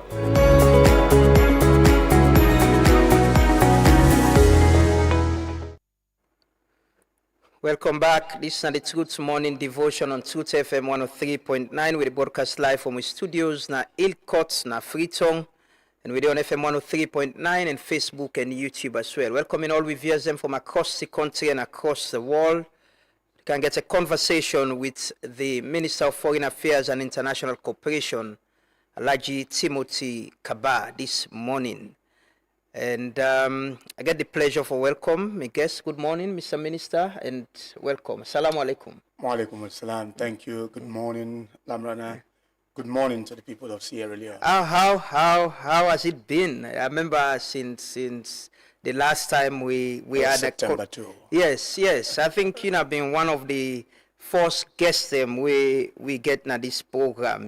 I've been yesterday with the Fenway because usually we can get guests, we can get photo of them, and I watch back no then and they'll not begin do the photo they walk in do it. So yeah, I remember saying I'm one of the first people to get. But how has it been? How busy have you been? Managing with foreign relations coupled with your ambition as well.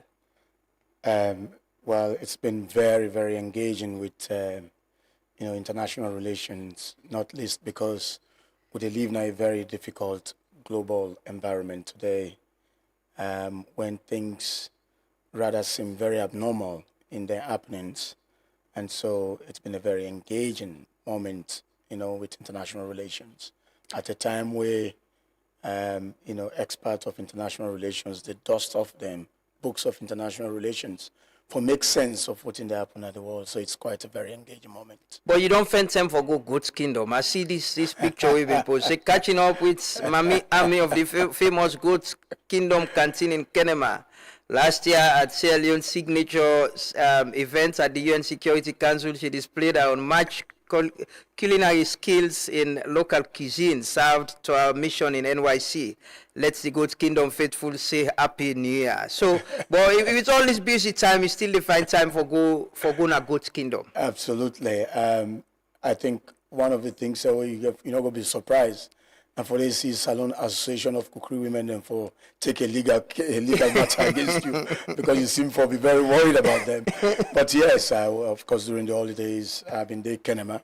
I visited Auntie Ami, and I'm so happy that, in fact, Auntie Ami don't build a brand new cookery shop Nabo, where the opposite total Nabo. It will expand. It will expand tremendously. I mean, this is what we call empowerment. And now I think he invites me, say, this month you for open and full. So we'll do food tasting there. Well, Usman Bank Sanko, this is an open challenge. You need to go and join the minister in the food tasting. I tell you what, that's very good. Usman Ben Sanko don't try, and anytime he goes to Kenema, that place he go. You go for go Kenema. No, definitely. If you don't reach Kenema, I will take you to the bowl. Yes. We'll go, and hopefully maybe Auntie Ami go come Freetown or get a branch in Freetown as well. As well, you go deplete Bintan customers.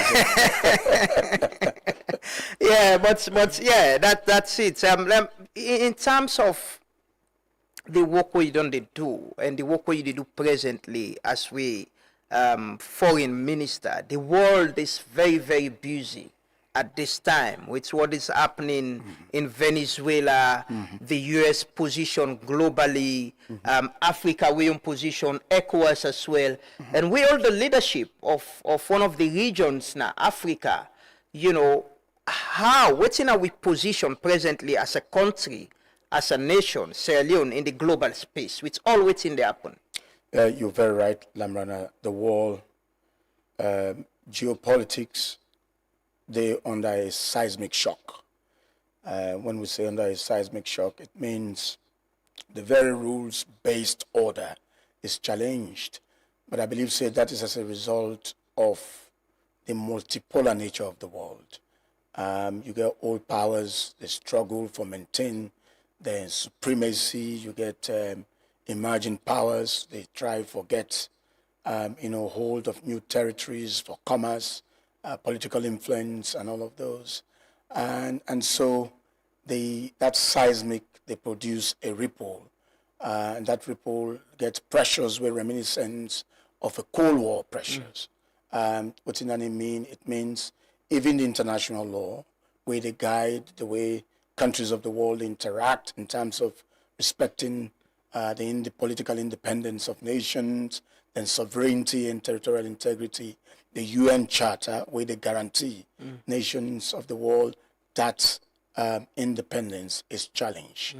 It's challenged. We don't see what's in the happen in places like Ukraine.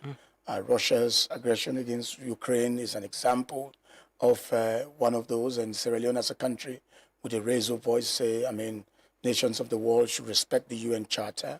And of course, many instances of, the breach or abrogation of international law and international humanitarian law. The case in Gaza, we talk about Sudan, we talk about the Congo. And so the world is really challenged. At the dawn of the millennium, then promise we new century of prosperity, economic inclusion, respect of human rights and all of those. But I think at this juncture, that promise is being challenged, and the global system is under a serious strain. And Sierra Leone serve na the AU as well, na the security aspect of it, and we currently all the chair of the heads of government and all of that, na ECOWAS. We're very strategic.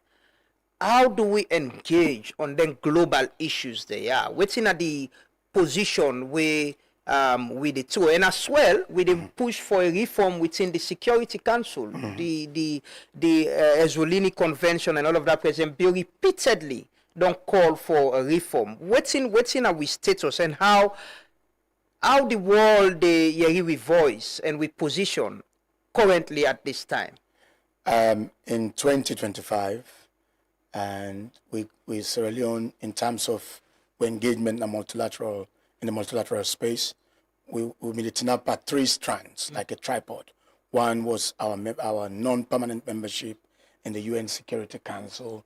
The other, now we non-permanent membership in the African Union Peace and Security Council, one under the Continental Architecture for Peace and Security, and also His Excellency President Julius Maada Bio assumed the chairmanship of the Authority of Heads of State and Government of ECOWAS. And from 2024, January 1 to December 31st, 2025, Salone served an enviable 2-year tenure at the Security Council as a non-permanent member. Like you mentioned, this was a really remarkable moment and experience for Sierra Leone, where Sierra Leone conducted its affairs in the Security Council with conviction and came out to be known as a voice of reasoning, a principled voice on very critical issues of global peace and security. And we've been getting the distinct and unique opportunity for hold the rotational presidency of the UN Security Council 2 times. And the one presidency of the council in 2024, now being August 12. And as you know, for over 20 years now, Salone they coordinate the effort of the African Union's Committee of 10 Heads of State and Government on the reform of the UN Security Council. So His Excellency behold a high-level debate for the first time in the chambers of the Security Council make them consider the common African position we espouse in 2 documents known as the Zolwini Consensus and the DAT Declaration, a SAT Declaration. So His Excellency will do this debate. The call for 2 permanent seats in the permanent category of the UN Security Council, and additional 2 non-permanent seats for make and 5 non-permanent seats. Because we believe, say, Africa, we get over 50 member states of the United Nations, which is a quarter, or even more than a quarter of the membership of the United Nations, deserve to get representation permanently in the UN Security Council, because they represent 1.7 billion people of the world, and mostly close to 55% of the issues only discussed at the UN Security Council get for do with Africa. So we believe, say, that historical injustice of exclusion in that permanent category, and we underrepresentation in the non-permanent category for be rectified, for enhanced democracy, for enhanced equity in the decision-making on global peace and security. So His Excellency been conduct the high-level debate. We've been bringing a positive response from especially the permanent 5 members of the UN Security Council. Exactly 1 year on, after President Bio hold the debate on the 12th, I guess on the 14th of September 2024. On the very 14th of September, I think a month after that, yes, I beg your pardon, in October, the United States come out and support the right of Africa's representation in the permanent category, citing the 2 permanent seats, and also other members of the permanent 5. They also resound the same support for Africa to be treated as a special case. So that is, it's interesting. A small country like Sierra Leone, both at the continental level, get the coordinatorship of in canvassing, mobilizing support globally, continentally, for make Africa, the UN Security Council will be reconfigured for represent Africa's permanent voice. And also at the 80th anniversary of the UN, we would describe as a confluence of many successes or milestone. We've been therefore produce a reform model where His Excellency hold the 7th Summit of Heads of State and Government on the margins of the 80th anniversary of the General Assembly, inviting all the permanent members of the UN Security Council and other interest groups where they represent different geographical interest groups. And then we presented to the intergovernmental negotiation team at the UN the African model, how we want the reform to be conducted and for represent the aspirations of the African continent. And also, of course, we get the 80th year anniversary of the UN, the 50th anniversary of ECOWAS, President Bio being the chair of the authority. So it's been very eventful and a proven leadership of a very small country like Sierra Leone. President Bill still the lead this reform agenda of the UN Security Council and is leading ECOWAS heads of states presently as well. You know, we see how the U.S. government don't pull out certain institutions, them na the UN. We see how global peace, the international law being threatened as well. We government and President Bill in position are we concerned with within the U.S. government they do presently with global peace and security and the relationship with the United Nations? The world is governed by a set of rules, and these set of rules are rules adopted by the voluntary and consensuous acceptance of the member states of, for example, the United Nations and other organizations. That is the international law, the UN Charter, and many other statutes of the world. And for what's happened at the world, I started by saying this international system itself is being challenged. We don't see breaches of the international law and international humanitarian law. Every good citizen of the world should be concerned about what is happening in the world, not least because some countries, they invade now in breach of the UN Charter, other countries, but generally, I mean, we look at also the ripple effect of the breach of international law, because it serves as precedents for other people and for also, tamper with other sovereign nations. We see the Kuskas really happen right now in Somalia. There is a Somaliland seeking to have independence, haven't been recognized by Israel as the only state we don't recognize it right now. These geopolitical competitions, they cause a lot of ripples, and these ripples are not only affecting the geopolitical space, but also global economy, global peace and stability. And so we all therefore brace up, because what is happening in the world has a far unimaginable consequences. We therefore reflect on, not only peace and security, but on global economy. Where do we stand presently? Who shall we team up? Are we standing with the people of Venezuela and the other parts of the world where they see the U.S., their approach to countries, them, whether in business relations or peace and security diplomacy as a threat, or we stand with the U.S. government? Well, the United Nations Secretary General make a call that the sovereignty of Venezuela it must be respected, and that the people of Venezuela forget the right for determine then suffrage and then political leadership. So I think we joined the UN Secretary General, we joined ECOWAS, we joined the AU for call for restraint and for call for the respect of the sovereignty and territorial integrity of Venezuela. You mentioned Somaliland, and I will ask a question. I remember during the civic festival, we got two people from Somaliland we attend the event there, and even one of them make a statement. Where do we stand as a country on Somaliland? Those may have been, attendants of the civic festival, but I did not see them under the instruction of His Excellency the President. Anything that relates to Sierra Leone's foreign policy is being chartered by the Ministry of Foreign Affairs, and me being, of course, the designated person by His Excellency for do so on his behalf and on behalf of the people of this country. Sierra Leone recognizes the Federal Republic of Somalia.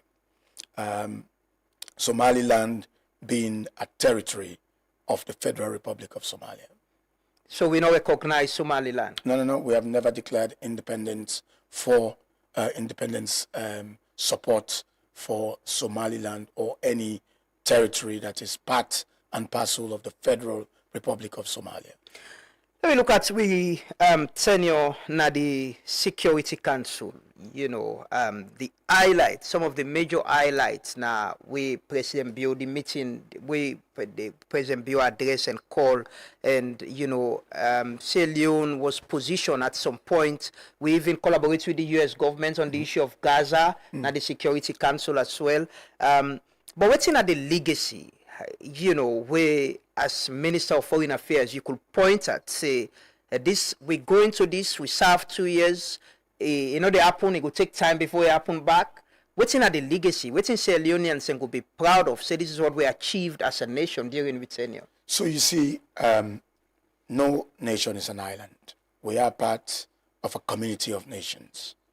I can always say not only have we achieved tremendously at the Security Council or any other international organization where they deal with peace and security. Let's go back to 2.5 decades ago in my own country. We had civil conflict, and a very devastating one. I recorded as one of the dastardly, atrocious conflict in Africa. These organizations are now serving for promote peace and security and global stability. These were the organizations under also the support of other nations where give mandate. For example, ECOWAS give mandate to the UN for can restore peace and advance democracy in our country. These are soft opportunities that translate into many, many, many other endless benefits. For example, I remember 7th of February 2000, the United Nations Security Council, they adopt a resolution on Sierra Leone, where you see Sierra Leone get one of the largest recorded peacekeeping forces in Sierra Leone, where it come for stabilize the country and transition the country to peace. We see the millions of dollars where the UN plays in Sierra Leone for disarmament, mobilization, and resettlement. Also the establishment of the UN Sierra Leone Hybrid Special Court. All of these are the voting of member states that will be in the United Security Council and the non-permanent category and the permanent members. So, and also ECOWAS on a UN security backing. ECOWAS also become lives perished in this country for fight for the peace and security of a nation. We being in the UN Security Council, we go as a principal voice, and we have a very good team in New York. Of course, our dear friend Ambassador Imran Kanu had a team, and I also was able to give him some other competent Sierra Leoneans as consultant experts who worked in our office in New York and produced a very differentiated sort of leadership in the UN Security Council. So, for example, Sierra Leone was chairing the Sanctions Committee. Now we extend the UN mission now Congo DRC, rightly so because of the persistent and frozen nature of that conflict. And also we don't raise a voice in support for ceasefire in Sudan, for example.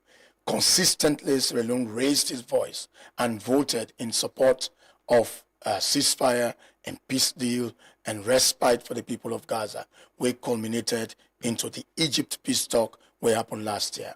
And incidentally, in our November presidency of 2025, no less a person but His Excellency Dr. Julius Maada was presiding over a high-level debate when the United States of America brought in a resolution on the formation of the Peace Board for Gaza and the International Stabilization Force. That resolution, 2308, was gavelled by His Excellency President Maada, where that resolution called for ceasefire, the reconstruction of Gaza and the resettlement, and also the formation of an international stabilization force, where for ensure say that area is demilitarized, that area is once again transformed into a civil society. When I mean civil society, a civilian community for the people of Gaza.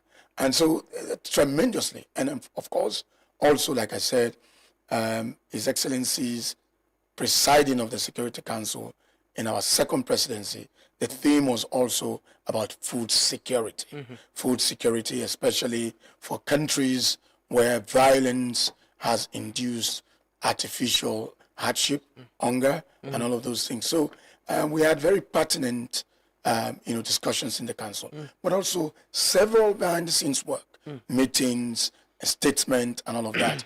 We concluded the Security Council with a significant resolution, which had been tried years and years, but under Sierra Leone in presidency, we will achieve what they call youth, peace and security, the involvement of young people in the maintenance of global peace and security. We were also pushing for women, on the Security Council. YPS. How much did we achieve with that, at that global stage? Well, we pushed, and of course, efforts, this is not a thing where they happen over there, but the fact that Sierra Leone champion youth in peace and security, women in peace and security, it shows we are a country whose foreign policy is a reflection of domestic happenings. Of course, domestically, we see the he for she president will get, President Julius Maada Bio, how advance the involvement of women in public service and both in government and in parliament. So these are some of the easy to count successes legacies them will get. And we served at a time where globally there were a lot of issues: the Ukraine-Russia conflict, the Gaza-Israel issue, Sudan, their Congo, and we voted in a lot of things. We position might have differ with other global partners them or big countries them, if you could say, like the US on issues like Gaza for instance. During with tenure, did that in any way affect the relationship, say, with the US on whose side we stand and how we vote on certain things then? Sierra Leone's voting and performance in the UN Security Council rather earns Sierra Leone quite a lot of accolades and also as a country of principles and conviction. Now, we are an independent state. Nobody not forced for vote for any resolution. It is out of conviction. The fact that we in a country we don't live through conflict, we understand, the bonds of war, the bonds of conflict, and so decision we'll make, like I say, on every at every instance, the decisions that we'll make were principled, and we're very proud that we made those decisions. For example, you talk about the U.S. Voting pattern. We supported the United States on the resolution when on table. I think it was on the 18th of November for the peace board, the Gaza ceasefire, and also the formation of the International Stabilization Force. That happened under President Bio in Gavel as president of the UN Security Council. There are many other resolutions. No vote for the United States because it is the United States of America, or because we believe in the principles espoused in those proposed resolutions. But they were concerned. They might have been concerned with how we vote as well. Where do we support? Where do we stand? No, the UN, the Security Council does not work like that. Nations are elected to the Security Council based on their sovereignty and based on their ability for make decisions. But the permanent members them, they expect certain countries them for support them as well.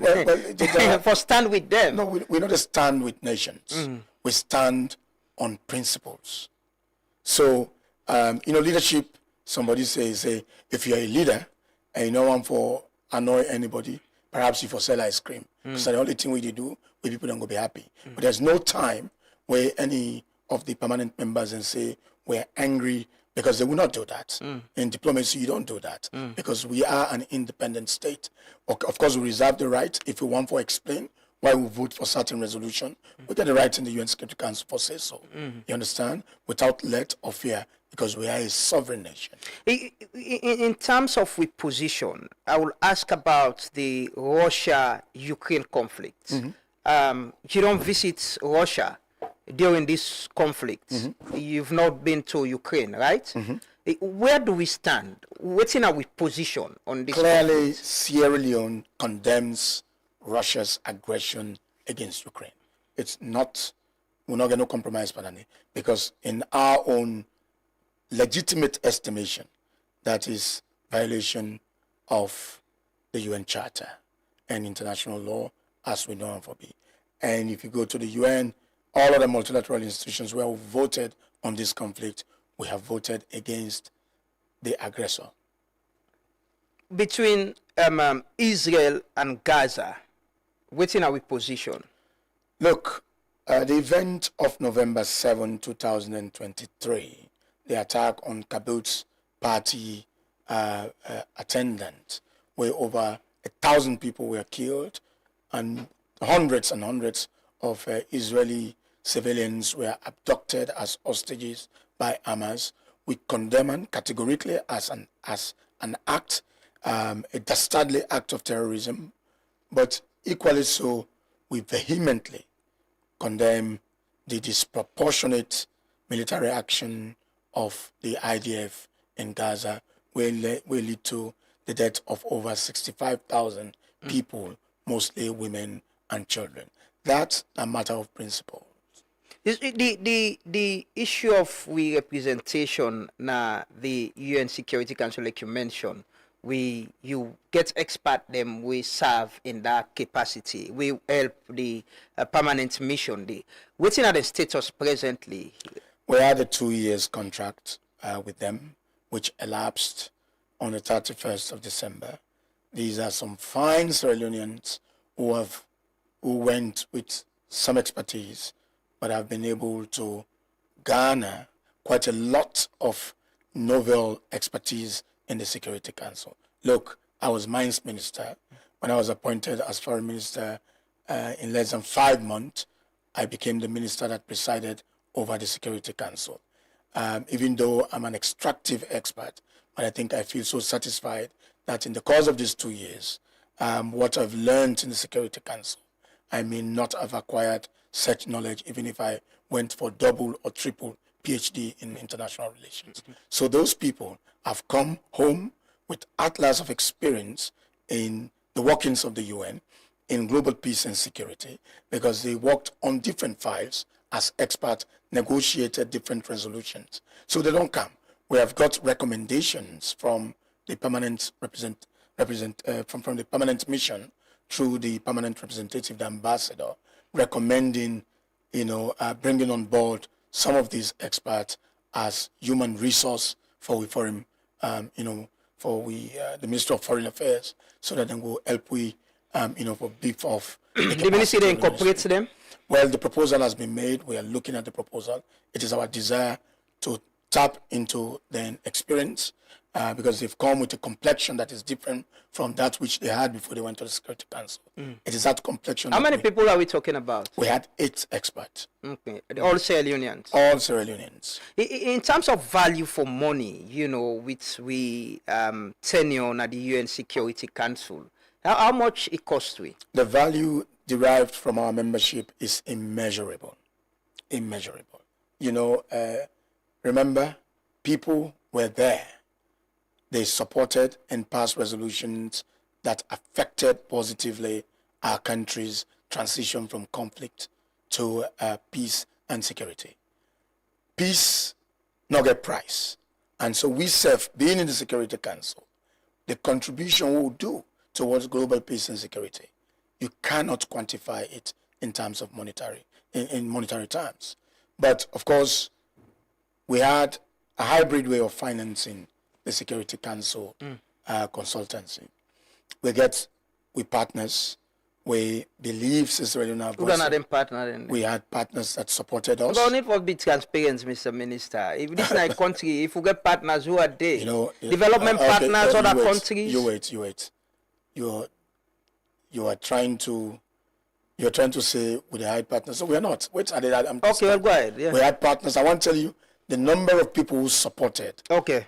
In terms of the resources, we get partners with support. We get government in your money, and so we get UNDP, for example. UNDP now one of the partners we support. The Saudi then during time when they do the campaign, they also support with some funds for enable we for print materials and for do the campaign. We had quite a lot of UNDP implemented, of course, the consultancy. UNDP also gave counterpart funding. The Ministry of Finance also gave some resources, well, for very minimal resources. But at the end of the day, these people not only demonstrate their willingness for serve their country, because the sort of money will be pay them and not be equivalent to any country in the Security Council, especially the African group, where they pay them people there. So they did it out of patriotism, even though we remunerated them, but comparing that to them to their counterpart them in the other African countries, they really showed us that they were willing to. You get any idea of figures, how much this whole thing cost we? The Security Council, it's about $2 million. For the 2 years? Yes, for the 2 years. We receive money from Morocco, China, or? We receive money from China's always support Sierra Leone. Morocco, they always support. United States send experts them. We come from the United States of America, then come on our State Department, then can train we on the happenings of the Security Council. We get from the UK, we get from Ireland, we get from France. So everybody, most of we good partners there, they support we in one way or the other. Talking about this kind of support and the staff that we don't come for incorporate them in the system, I want to ask, what's the status of the Foreign Service Academy? There was this report about payment and all of that, delays in payment and all of it. Waiting, how important now the foreign service way they lead? It's very important. The foreign service is the refinery, the new refinery for refine with new intake into the foreign service, and also now they will be trained with ambassadors, newly appointed ambassadors, and it's also open to the teaching of people that are interested in diplomacy, students that can go there, they have been taught.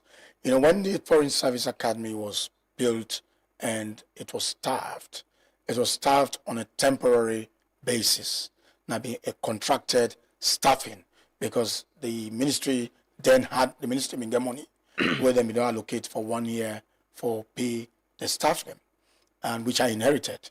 And after that money done, of course, we try for see how we will transition them from that hard work arrangement to a full public, civil service led sort of academy where we will get the government paying directly, salaries and other dues.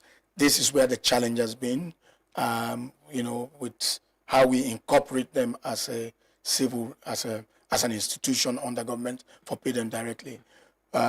It's been very difficult with resources coming from the Ministry of Finance. And you've not been able to pay? No, they've been paid on a regular basis. But even the one that we need right now, we're trying to see how we can, transition the academy from this ad hoc arrangement to a full arrangement under the government payroll system.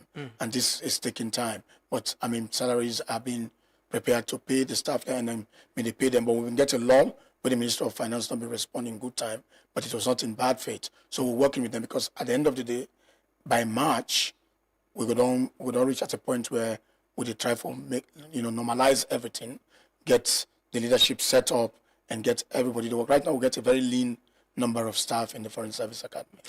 How you, as Minister of Foreign Affairs, they try for ensure, say, the best of we foreign service professionals serve this country out of so because the first interaction with people who might go to our foreign missions now, Sierra Leoneans and the meet, and the impression of what and they do and how then they interact with them very important. How you ensure that in terms of recruitment, or how you can send the ministry can send people them out for representatives? So it is a deja vu way of recruiting through the Public Service Commission, HRMO, civil service, and they send them to the Ministry of Foreign Affairs, and they go through, through the ranks in the Ministry of Foreign Affairs. The selection, the recruitment is not done by us. It is done by the normal civil service, machinery. We do have a bill. In fact, that bill this week is going to, possibly going to a cabinet subcommittee in the ensuing days. That foreign service bill gets a prescription of how we will get independence in terms of recruiting the befitting people and skills that are needed for the foreign service. For example, we get stations that are multilateral stations, like New York, Geneva, Abuja, Brussels, and Addis Ababa. In these stations, you really need the best of minds, because we're dealing with negotiations, multilateral negotiations, where they deal with committees of experts, where they deal with really highly, if you like, programs that would need high efficiency and effectiveness, good knowledge and experience. So the Foreign Service Bill, they propose, if we are given that independence for make deliberate recruitment of people that we want in this in the foreign service, like when they do in the Ministry of Finance, that will help us to catch the best of minds for make we foreign policy, we foreign service could become an enviable foreign service. Nonetheless, the staff that we'll get right now, they get training at Foreign Service Academy, and then get good mentorship in the ministry. People who have done it, they mentor them. And in fact, the program in the Ministry of Foreign Affairs is that even before you go on postings, you would have gone and taught almost all the departments. You go to administration and finance, multilateral and policy. You go to the different regional divisions. You can go protocol, you can go consular, but make them help you to become a consummate foreign service staff. And so, yes, that's where you satisfied with the capacity? Well, I am satisfied with what we have right now. They're delivering. We saw what happened in New York. We see what happened in Addis Ababa. We get good staff in Geneva, in Brussels, and alike in ECOWAS. With the global, issues them presently, what's in a Sierra Leone foreign affairs strategy? With position, waiting we they look at, so that we want to relate with, and how do we relate with them? Sierra Leone's foreign policy from inception, now one way, no exclusionary. We know they treat people then with exclusion or favor anybody. They build strong partnership and deepen relations with country we share, with set of values, and we have common interests and mutual respect for each other. And so foreign policy is one without exclusion, and now one where they look for opportunities, and they seek for respect, mutual respect between we and any nation who they engage with. I'm sure you don't see the audit reports, the 2024 audit report. There are a lot of issues about with foreign missions, the status of the buildings, the missions as well. But I want to ask first, with the New York building, I know that matter is in court, but any update there? And I understand we the parents presently. Yeah, whose side we there? With the parents, of course, like that was a litigated construction. While the case still in a court, we don't make some physical attempt, for example, for prevent any kind of tortious liability we go emerge by debris we go come up at the building for them. We are looking for money for we ensure that this building is reconstructed, whilst we try to settle the tortious liabilities we get against at the New York, the courts in New York. But apart from that, it's very expensive really for do construction overseas, for example. I'll give you, but we make effort. It's part of our strategic plan for able reconstruct them building here. We almost finish a new building in Accra. Another construction is going on in Liberia. Reconstruction. We reconstruct we embassy in Brussels. We do the one in Germany, and we now look for opportunities. How we do the UK, because UK will get a lot of properties in the UK.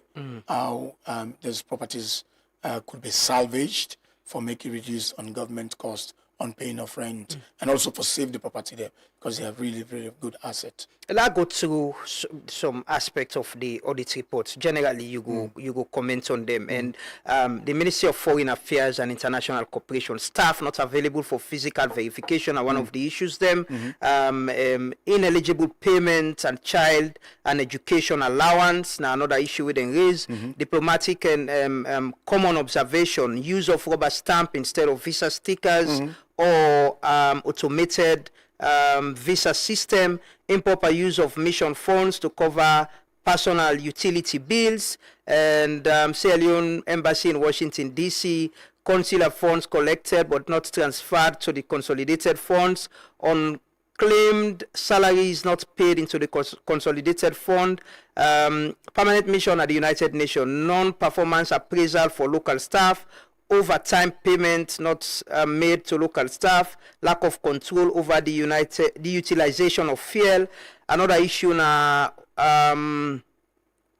physical status of official residents, and I think these are the official residents now of the permanent representative, where they say dilapidated and uninhabitable. I think I don't even know the building what they talk about. Outstanding contributions to the United Nations, they mentioned that as well. Sierra Leone Embassy in Senegal, consular funds collected but not transferred to the consolidated fund, loan to a diplomatic staff without evidence of payment. Sierra Leone High Commission in Nigeria, payments without adequate supporting documents, loans without evidence of recovery, and payments of salaries to non-existing staff, ex gratia not paid to staff, no overtime payments are also an issue where they raise. No utility vehicle at Leone office in Lagos, obsolete and unserviceable assets without disposal plan. Sierra Leone High Commission in Kenya, lease agreement disputes and risk of eviction from official premises, and non-retirement of special interest, management of High Commission local staff, asset management and usage of vehicle at the High Commission. These are the High Commission Kenya. We're still in the cover. These are several issues. I'm sure you don't go through. These are. I mean, you've enumerated a list of audit queries. Some, in fact, the auditors, they advocate for the Ministry of Foreign Affairs. That's what I learned from most of the things. For example, payment overtime to staff. This is not injurious to the funds that are supplied to the mission, rather than the inadequacy of the funds for take care of this extra time where the people then they perform what they deserve for gets paid. And they always also talk about consular funds not remitted to consolidated fund. I'm not serving in defense for anyone. Let's talk about the mission in Senegal. And also make mention of, say, during the verification, some staff are not available. The job of a foreign service is quite ambulatory. And by that I mean, like me, even as foreign minister, most of the times I'm out of this country.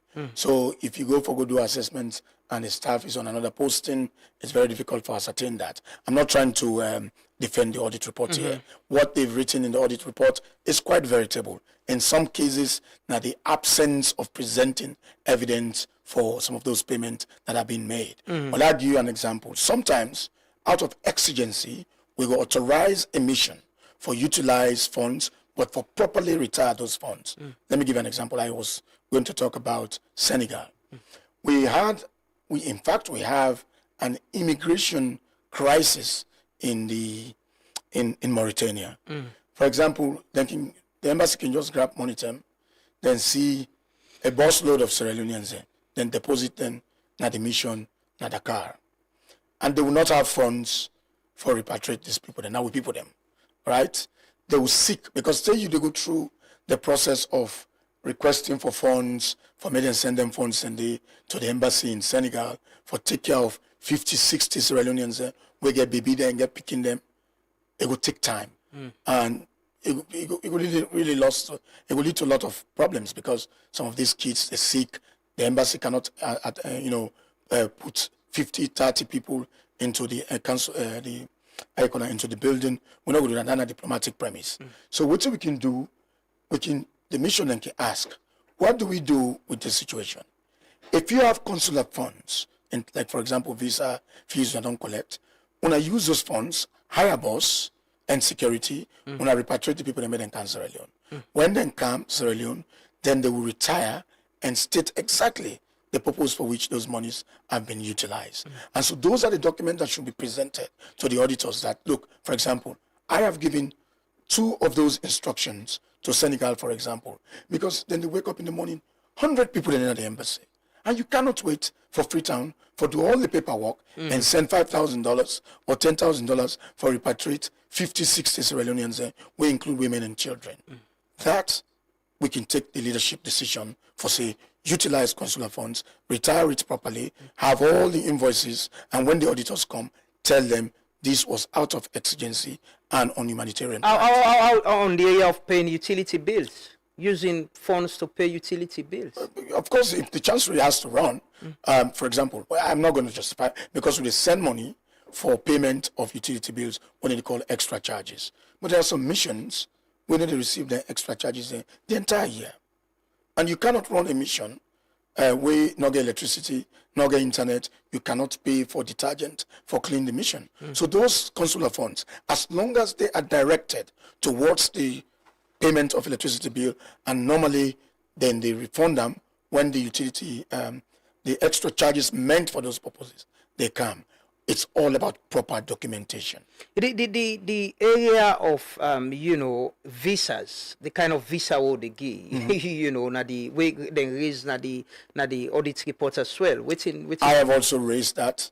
In the past, now Thomas de la Rue, been the Sierra Leone been get contract with Thomas de la Rue for print stickers for visa, for example, Washington DC, and now I think over the period we've been lost our contract there. And now because we get this e-visa system, it means the flow to the missions then don't become very minimal. People they can salon now, airport then they can get the e-visas. So that make very expensive for going to then sort of securitize, stamp them with Thomas de la Rue and Co. Because you cannot recover the money. So the only thing I mean here is the integrity of the process must be kept and held. So we're looking into it look for you know, cheaper means, but also securitize for ensure say the visa stamp is authentic, because there's the tendency of anybody for duplicate the ordinary stamp and they per visa. But we emphasize we have people of integrity that are sitting in those consular sections issuing those visas. But like I say, most of the issues are legitimate, because when an auditor comes to audit, they must, you know, you must present, you know, document them where they should say the expenditure was an eligible, you know, expenditure. Let me give you an instance. I had been queried, for example, on the retirement of Impress. Yeah. Now I go as Minister of Foreign Affairs. I travel with Mr. President, and we go out of the country. Mr. President stays in a hotel that is befitting of the president, and I travel and I have, say, a DSA of $250 or $300 per day. Just an example. And His Excellency the President is staying at this hotel will be fitting for the head of state. I am supposed to be with His Excellency the President. What that means? It means to take a room in that building. Santiago costs $1,000. It means I'm going to pay 7 additional $100,000. Is that what the president usually pay for hotel? I'm not saying, I'm talking about me. Yeah? Listen, this is the president of the Republic of Sierra Leone. No. If you expect the president of the Republic of Sierra Leone. No, I'm asking. I just want to clarify. No, not a clarification. Let me tell you what you should expect of the head of state. Would you want your head of state to stay in a hotel where they pay $300 for room? No, I'm asking no, now. I'm asking you. You answer me. No, I'm not talking about the president's I'm hotel. saying. I'm talking about. my president should. I am giving you. No, my president should be expected. Thank you. Befitting Thank status. you. And the foreign minister as well must be respected and befitting. So I've been just one. Now you call an amount. I've been just one clarify if that is the amount. No. Because we're talking to the public. I'll give you an example. Now, if me get $300, for example, as a DSA, and I have to go to a hotel to stay where the president is, and imagine when the president is in a hotel, it means the hotel gets pattern of rate. Then they say if I pay, $1,000 per night. That $700 comes from me. I pay. So it's very expensive, yeah? We'll go for the UN, for example. A room that will normally be $200 at downtime. Because I go ahead of the president. If I go ahead of the president for go prepare the way for the president in coming, then I go for stay in a hotel. In New York, in Manhattan, for example, I pay up to $1,500 per night. When we approved to say in Freetown, it's less than $500. You understand? So you get for request for that. Well, so that is why impress are given, and you retire them properly. And as foreign minister, like the president, where they go out, they meet with Sierra Leonean communities. And when you go, for example, I go to countries where we not get mission, but we have students who get Sierra Leonean communities.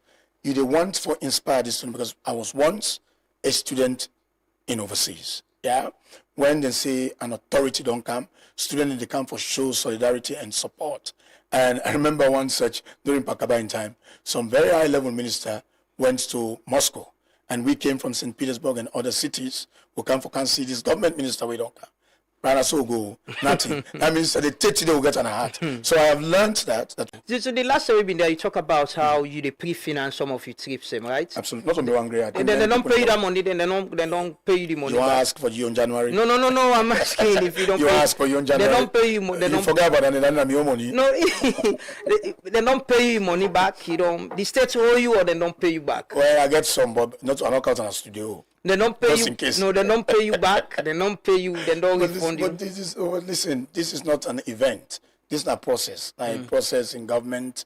I mean, you spend government refunds and all of those things because that's the work we are cut out, for doing. But now money knocking there, or money knocking there at the time where you want. The processes are very long. My job is quite ambulatory and dynamic. I will sit down also right now and His Excellency tell me, say, you have to go to Togo, you have to go to Senegal. The process of applying for you dare say will be very long and you will not have it. Is that the same for other staff them, junior staff, or say other staff then at the well, that's what ministry? obtains for me. I don't really know if that is what, because junior staff, they know they go on just emergency trips.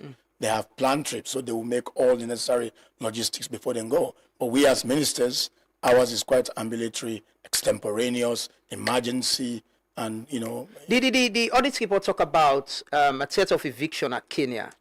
You are aware of that? That is part of the past.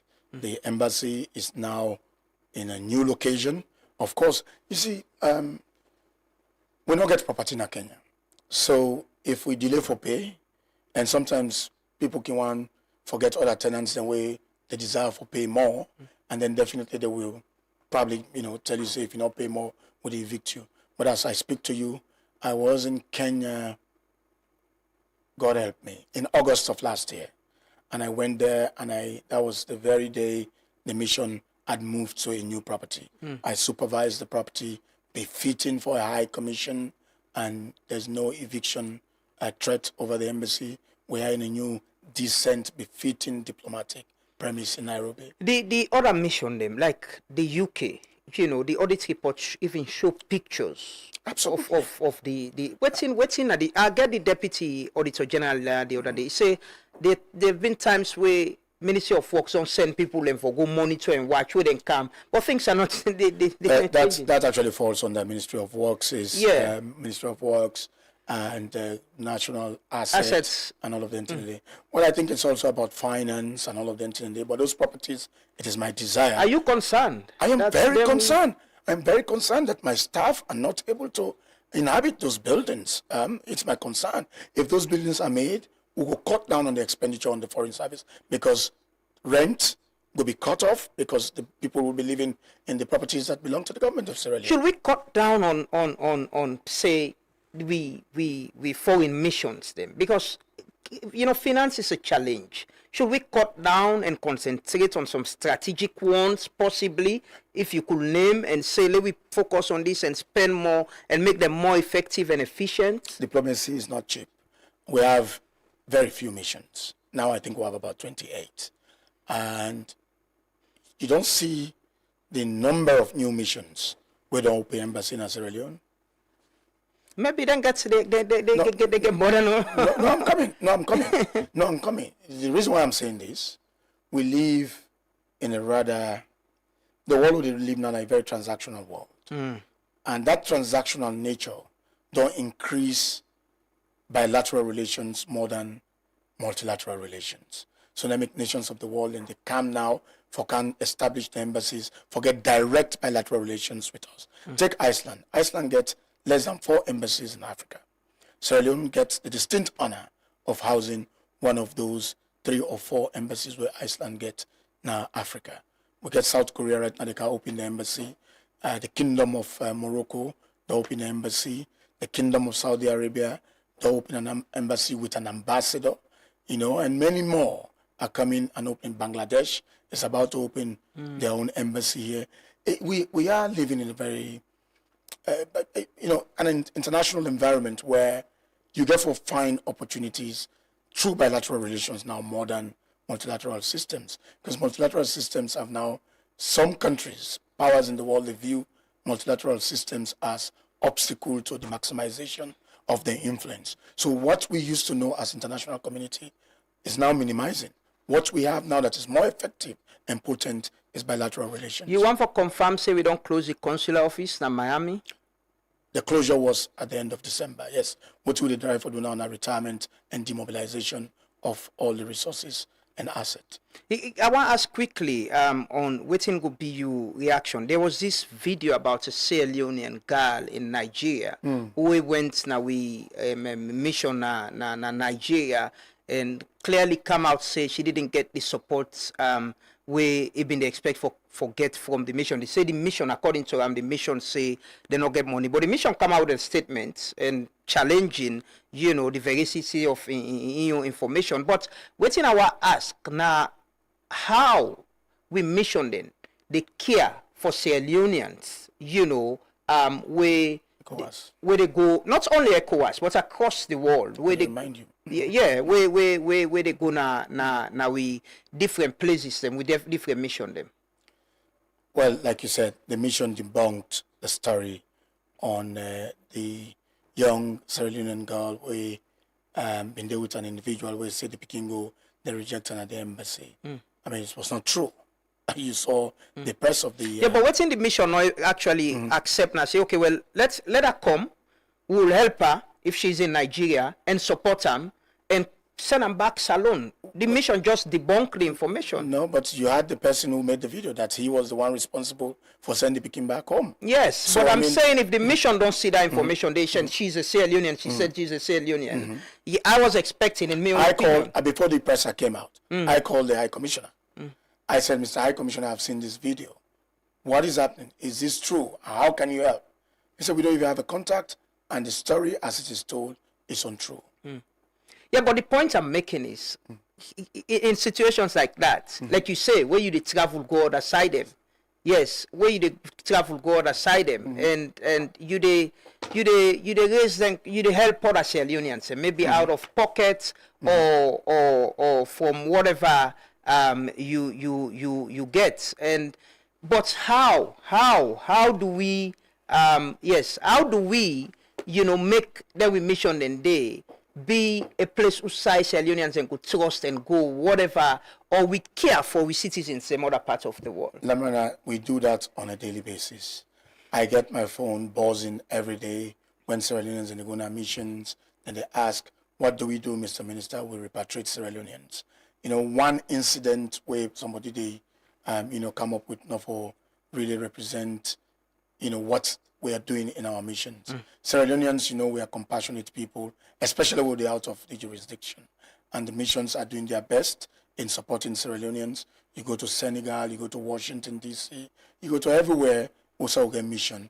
In for example, in Algeria, where they get a lot of Sierra Leoneans that wouldn't be stranded, when they want to go Spain and other places.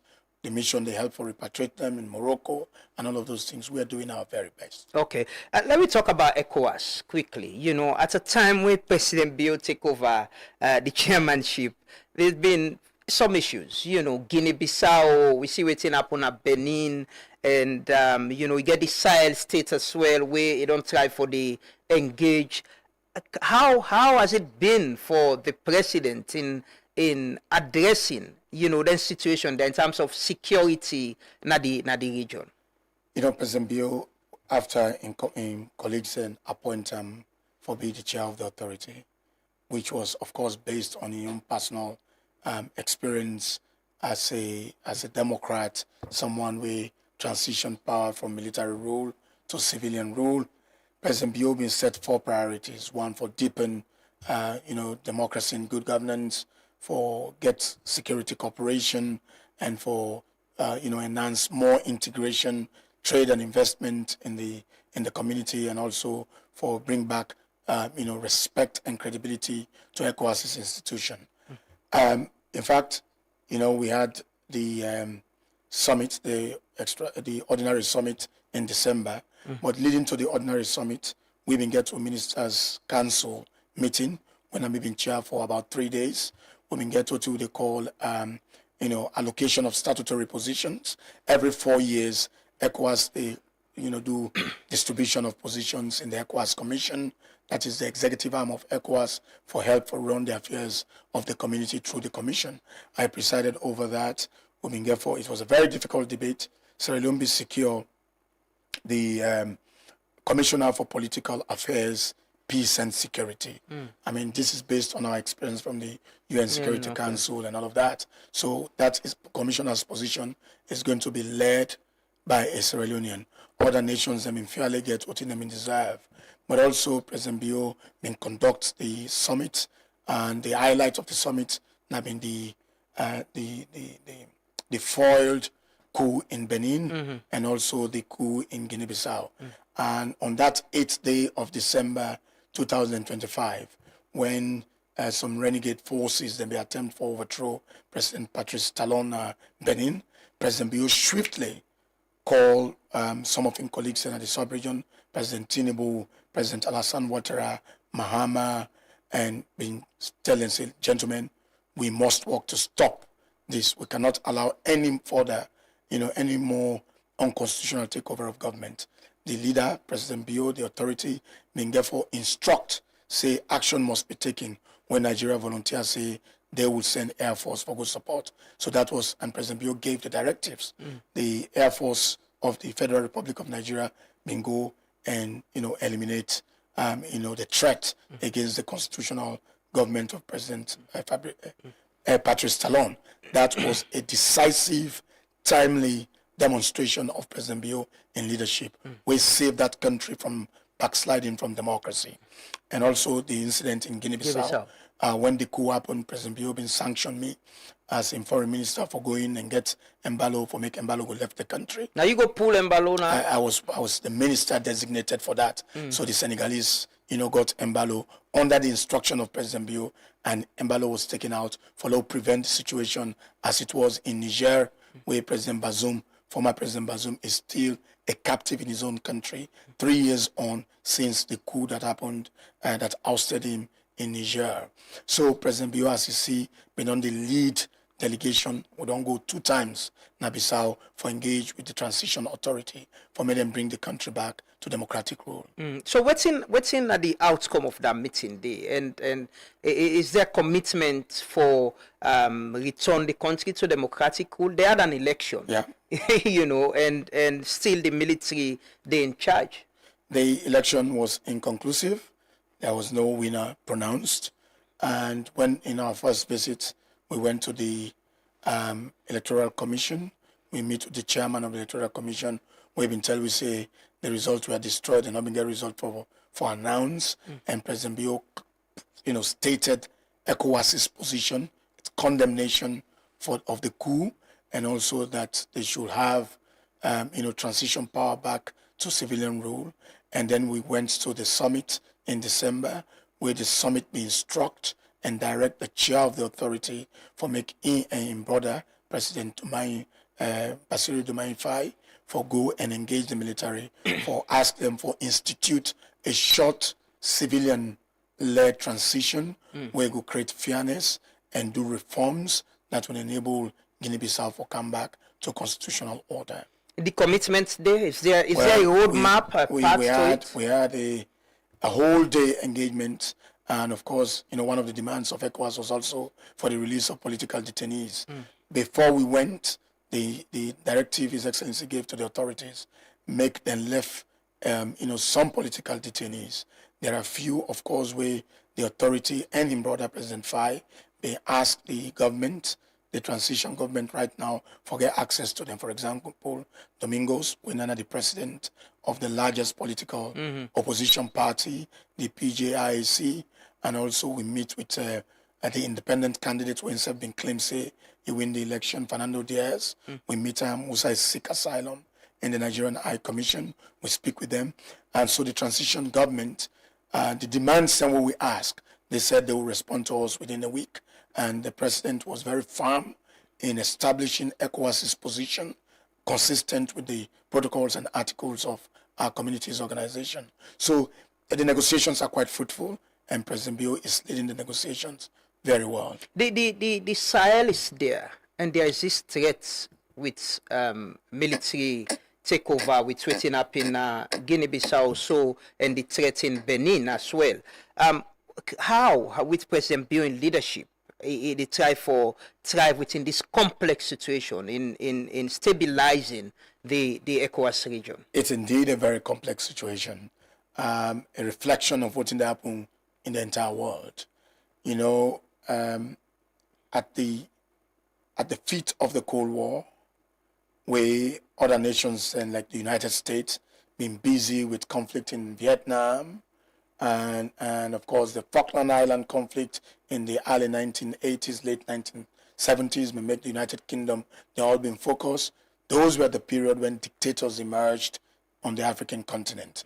And those dictatorships then be eventually culminate into civil conflict. And so the world was busy on something else, and Africa was not a priority for the bigger powers. And then Africa became a playground that received vestiges of Soviet weapons here and there. The wars became ideological, and the entire continent was conflagrated. We're in a similar situation right now. Nations in the world over believe, say, for police, global peace and security and democracy, are busy on other conflict. For example, we see very close to the United States, the Venezuelan situation. We see Europe is very much concerned with what is happening in Ukraine. So there is very little attention being paid to what is happening on the African continent. And so this, you see that same pattern in 1970s and 80s, then the real core, where countries in the almost break down now, people are taking over.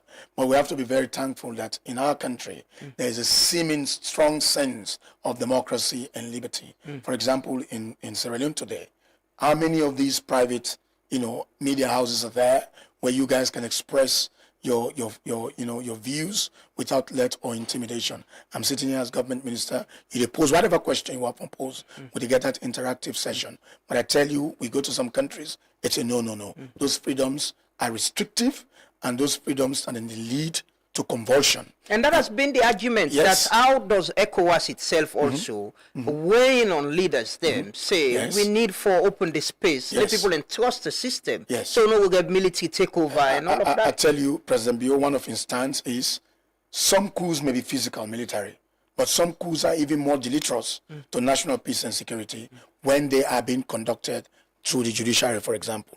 Constitutional coup. We get on some countries that either one, you say, look, if we want our countries to thrive, and if we want to eliminate these sort of dissent and interruptions, let us respect, for example, constitutional terms and the requirement of national constitutions for ensure, say, people then get them freedoms, physiological needs are provided for the people, and provide leadership that is differentiated, leadership that creates opportunities for people. And that, if you look at President Bio in your style, every term where President Bio don't come, is brought programs in where they deal with the human beings. The first time, it was education, you understand, which is a fantastic plan. Heralded, 22% of the country's budget went into education, still going into education. That's now for make sure, say, the human being is trained to be capable, for survive. And also in this term, we get Feed Salon and other programs all towards the human, building the human capital for let we all go be self-sufficient as a nation. But in some countries, that is not what is obtaining.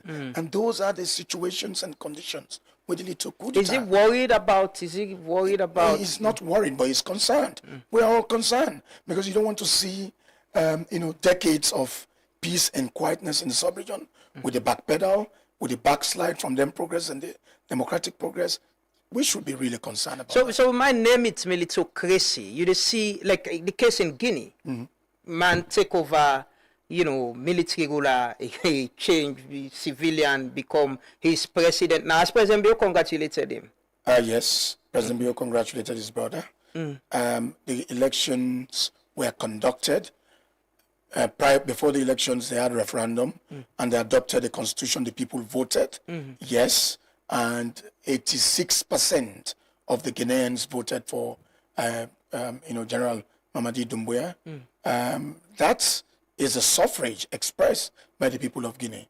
And as peace lovers and, brotherly country to Guinea, it was just to be fitting, and the chair of the authority of ECOWAS. So this is the point where I'm trying to make. We get military ruler, then where they come, move into civilian and become president. Could that be the norm, the new norm in the region? We hope it is not the norm. because it is actually in breach of the very protocols of ECOWAS. But sometimes, I give you a situation like the Sahel. Leadership, it's about sometimes making those decisions that are unpopular, but those decisions that will maintain peace, stability, and development. If the Guinean people we go into the referendum, accept for adopt a new constitution, we enable, we therefore respect the sovereignty of that nation and the national constitution, the expression of the aspirations of the people of Guinea-Conakry. With a president democratically elected president in Guinea now, are we on the verge of having a conversation on Yenga? Absolutely, there will be a parliament and there will be a civilian government. I believe it will be a more convivial environment, a more friendly environment for engage on the issue of Yenga. Okay. Let's look at the final issue now and the most, talked about one, the U.S. visa ban. Where are we presently as a country with, how did we move from suspension to a full ban? That question, I would direct them back to the State Department of the United States. It came as a shock, even to members of the U.S., even to the U.S. Embassy here in Freetown. But let me tell you, the data, in the first place we get to that partial suspension, now be an ancient data, not the updated. You see, they stated overstay and refusal for accept identified deportees.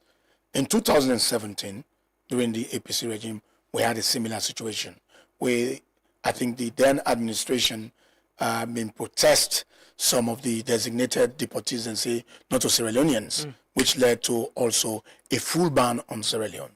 This time round, at least under my watch, every person would bring, we get a document that is Sierra Leonean, where you go to the United States, where they facilitate then come one. And when they slammed us a partial ban, then give you a checklist of items for fulfill. We signed MOU where they, enhance, through the NCRA information as required. We signed an MOU, for example. We even went to the extent we waived off the emergency travel certificate fee. We waived it off. That we increased the duration for the ETS, and we've been working with the State Department for ensure, say, people are repatriated. We don't make effort. And as I talk to you, back-end engagement, and you go on with the State Department, and I have been invited to the United States, for example, for go to the US, for engage with the State Department. We're working. We understand the discomfort. We understand the diplomatic and reputational damage with this thing they get to our country. But as we all know, it is stated that the overstay of people them. I don't believe that the United States go hide anything when that is exactly what they said the reason is. But you were in negotiation and conversation with the U.S. government between June to September. Even now, as I talk to you. The point between that time, the embassy gets a partial ban on the issuing of B1, B2 visas, and there were people who were issued visas where you come out, you mention one of them when a government official. Is it that it's government officials, people with diplomatic passports, who misuse the system will make we go into a full ban? So first and foremost, 90% of the visas where Sierra Leoneans obtain for going to the United States, now private visas obtained through the U.S. Embassy. What we secure now, official visas for official purposes, right? So they overstay, if you look at it, now we as a nation, as a people, you cannot blame government. No, but I'm asking between June to September. I'm arriving. When the partial ban was slammed, all visas that were issued at that time were official, right? Given to people with official document going to attend official functions. The U.S. then increased its guardrail on this overstay and traveling. The reason why I mentioned that name, because it became very notorious. Whilst we try to do the remediation, we remedy the situation, find ways for able to meet the checklist. We met almost everything on the checklist. Then we start to get complaint from the U.S. State Department say, Mr. A don't go, they go on this program, the program don't pass, they don't come. This No, they sound very well. For us in Washington, I became worried. I became truly worried. For example, the incident of the gentleman who went for that investment forum in August did not come.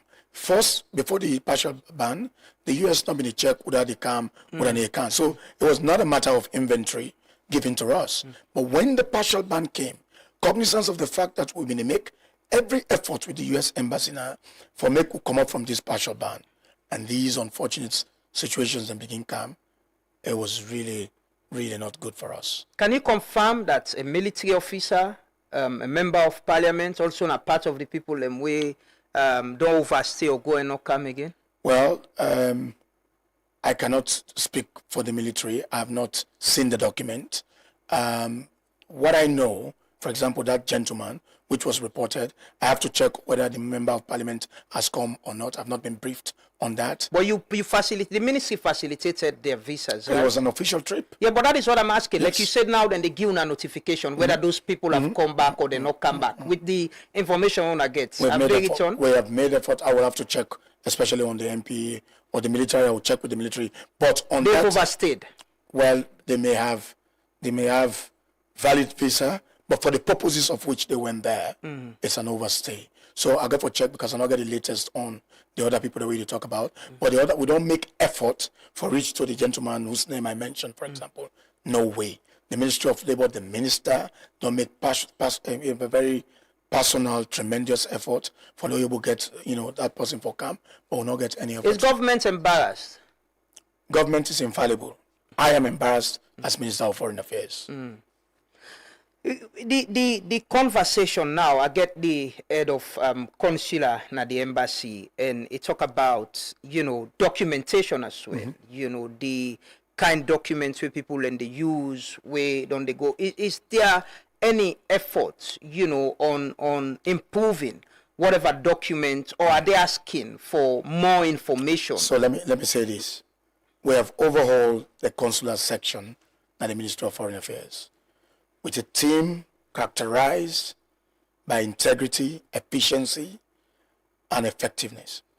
Now, I say this, and I know the British High Commissioner will very much probably see this, and the acting U.S. Ambassador will see this. Testament to the quality of service right now in the Ministry of Foreign Affairs in the consular section.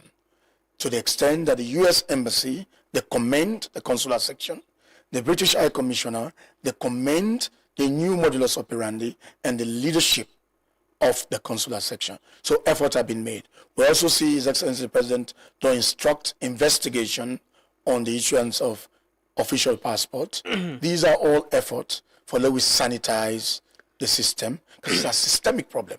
Even in ministry, stories abound that people in the past, they pay people them forget access to visa. Those are all things of the past. We have made sure if those things ever occurred, they will occur no more. What's in the U.S. government they ask for? What's in the negotiation? Is it accepting third-party nationals na the country? Like what's in Ghana do? And we see that even Sierra Leone. Of course, if you have people that are ECOWAS people, they come to Sierra Leone, they have the right to be here for 90 days and then can either renew and stay or then go to their country. Now, Ghana does it, takes on board third-party, but West African people. Even we the drum, but in a way we take responsibility because of salon documentation in the get. We have had a lot of people where they come from the United States, we obtained Sierra Leonean passport during the war, went to the US under the refugee program. Then on the day, they are not Sierra Leoneans. They talk Creole, they're not even Sami Usai them born, save the names, the place of birth where they put in Sierra Leonean documents, when there have been fictitious, information during the war. Then people in there, would they accept them come because they get Sierra Leonean paper? One line will carry more than come, they make their way back to their countries of origin. And I think that is what Ghana is doing. So what's in the US they ask? They want to give us third-party nationals? Well, we will look because we have a refugee law. If we want to take are they requesting? It's to strengthen bilateral relations. The U.S. can make that request and they...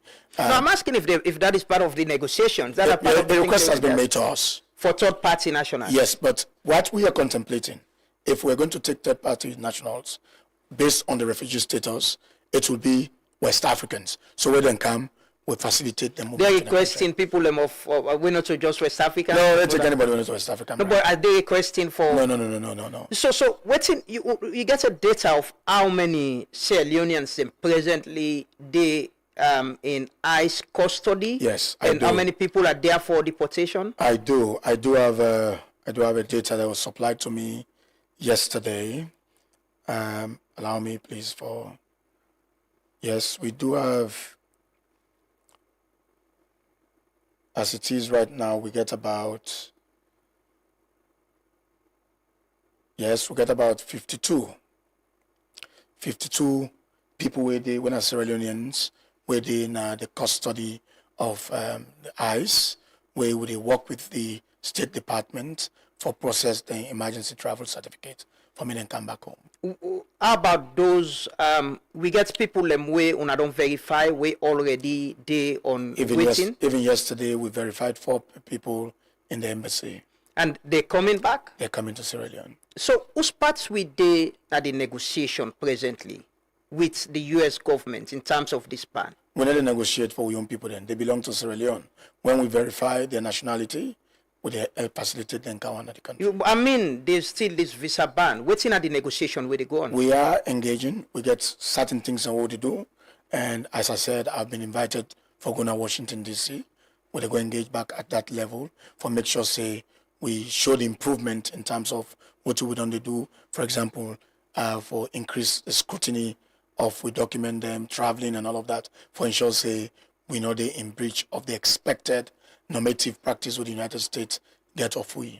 Is there any other business interest or request from the U.S. government into this? We see President Trump is very, very transactional. It's all over the world, and you've seen that. Is there anything they're asking for? We get plenty American businesses in Salon. We see the U.S. government don't sign a health pack, millions of dollars with the government of Sierra Leone through the Ministry of Health. We also don't see, the IFC, they invest in energy, in the airport. We see the MCC pack as well. And so there's a strength in bilateral relations between our two countries and with the United States. And we don't see how this reflect on the different sector investment of the United States private sector. Just a few days ago, the U.S. government also announced about, Sierra Leoneans we get green card as part of the other countries. We don't get for review how they get green card. Sierra Leoneans, most times, who they talk to, they raise concern about waiting with government they do, waiting are the assurance. No, the assurance is if you have your green card, your permanent settlement, it is unaffected. This ban is not affecting your status in the United States.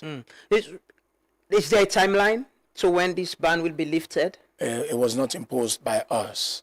And so what we're trying to do now, sovereign nation, they do what they think is good for the national security. Can we reciprocate? For reciprocate in which sense?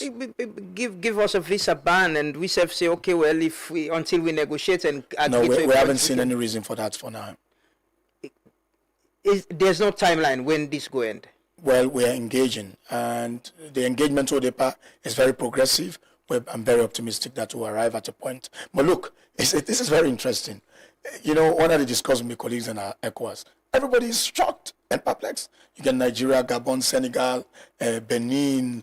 Even now, you get some countries. In fact, we get a bond of $15,000 for this. So it's a very unusual, chaotic immigration system right now, where we all navigate very cleverly, sensibly, and diplomatically for ensure, say, we maintain relations with the United States. Are we being bullied? Bully is a very big word. We are a sovereign nation. Nobody bullies us. So why can't we challenge? We're not being bullied. America but we accept say we do wrong. We accept say we do wrong. Well, if somebody, we can take statistics and say, well, somebody don't overstay. We don't want you to come, but we haven't arrived there. We say bully. The United States mentioned, say, it's in their own national security interest. Until such time, we will feel, say, immigration, the threat to national security, we can take other measures as we see and deem, as we deem and fit for increased with security in our country. You mentioned how ECOWAS itself, ECOWAS countries them concerned. President Bill is chair of the heads of state and government. Is he concerned? Is this something is discussing at the ECOWAS level? Maybe on having a position on what we can do as a region for address this situation? No, this is not a sovereign issue. The United States of America get bilateral relations with each and every of these countries, not to ECOWAS them ban. They ban individual countries within their bilateral relations. So then I'm asking, if ECOWAS, like you say, we see ECOWAS pull a statement on the Venezuela issue, if ECOWAS member states are concerned, is that something we could have at that regional level for discourse? Say, how do we approach this? But because we see outside the U.S. government even attack Nigeria. In consonance with the Nigerian authorities. It was not a violation of the sovereignty of Nigeria. The Nigerian Foreign Ministry produced a statement, said they were working with the United States for ensure state and fight against terrorism. Now, what I try to say here, every country gets a reason why they have been partially or permanently banned, okay? And so it's about sovereign nations. I don't think, say, ECOWAS will come arbitrate, in these sort of matters. There is solidarity. There's a sense of solidarity. But what in the obtained between Sierra Leone and America, that is purely a function of a bilateral relationship. If the quest is to accept third-party nationals, are we ready to give in and accept that just for? No, we will not be giving in, because we should be able to assist as authority of ECOWAS to facilitate if we end up for help ECOWAS members and for come back and resettle in their country. What are the low-hanging fruits where you think, say, we can just pick and address this problem, or it's bigger, it's something that is larger? We actually do have some fruits in the basket that we're preserving for this particular remedy. Is it accepting? We're working on it. Do we have a total number of the ECOWAS nationals and we the ones said now? No, I don't know about that. We've not had any agreement with the United States. Or conversation as part of the conversation? No. As I sit with you right now. You believe, say, we get the leadership now Washington for engage and address this problem? Absolutely, we get the leadership. Look, we live in a non-conventional system right now, and it is not about the leadership in Washington or my leadership or the president. We're dealing with a bilateral partner. We prioritize your national security over any other person in your interest. And that's what we have to deal with, how we maximize our own interest and how we protect our own interests as well. What's in our own interest in this? Our own interest is to forge relations with countries where respect where we will bring economic development for the growth of our country, as the United States is doing. A health compact of millions of dollars, MCC, millions of dollars for energy poverty alleviation, investment in the airport and other areas of investment. That is a mutual interest. One of the things we also the consular chief mentioned is document from NCRA and stuff like that. Is the U.S. government asking for any data sharing or information sharing of individuals or people who already apply for visa or whatever? NCRA has done very well with the digitization. And I think if we're going into data sharing, it has to be reciprocal. If you're asking for legitimate data through the processes that are legitimate in Sierra Leone, we also go reciprocate for. Are they asking? Yes, we're asking for mutual data sharing. That is under consideration. And that is part of the conversation? That's part of the conversation. Mr. Minister, I truly want to let you give Sierra Leoneans some assurance. I get some people when we apply for DV, some people we do apply for good study student them, some people we they underway a student them, people we get them families then we don't apply for let them connect again. What's in the assurance where you want give Sierra Leoneans? This thing not only making, neither it is the making of the government or the ministry, but as a Sierra Leonean, every day I get a call from a family. We don't win DV. You know what I mean? You know what in the diaspora they contribute to Sierra Leone. You know how the diaspora they change communities and the lives of people. Sometimes I get calls from people where we don't win the DV, the aspiration of going to this new world of opportunities, waiting they crying at their phone. It kills me. If it is at my gift to lift this ban today, I would do it. But we're making every effort humanly possible for ensure, say, then people here, especially the kids, young students who've obtained admissions and scholarship for good study and better than lives, they are affected by this decision. It pains me. Sometimes it gives me sleepless night. Is the president concerned too? He's very concerned. Is he engaging? Is he also involved in the engagement? He is engaging and instructing me to engage.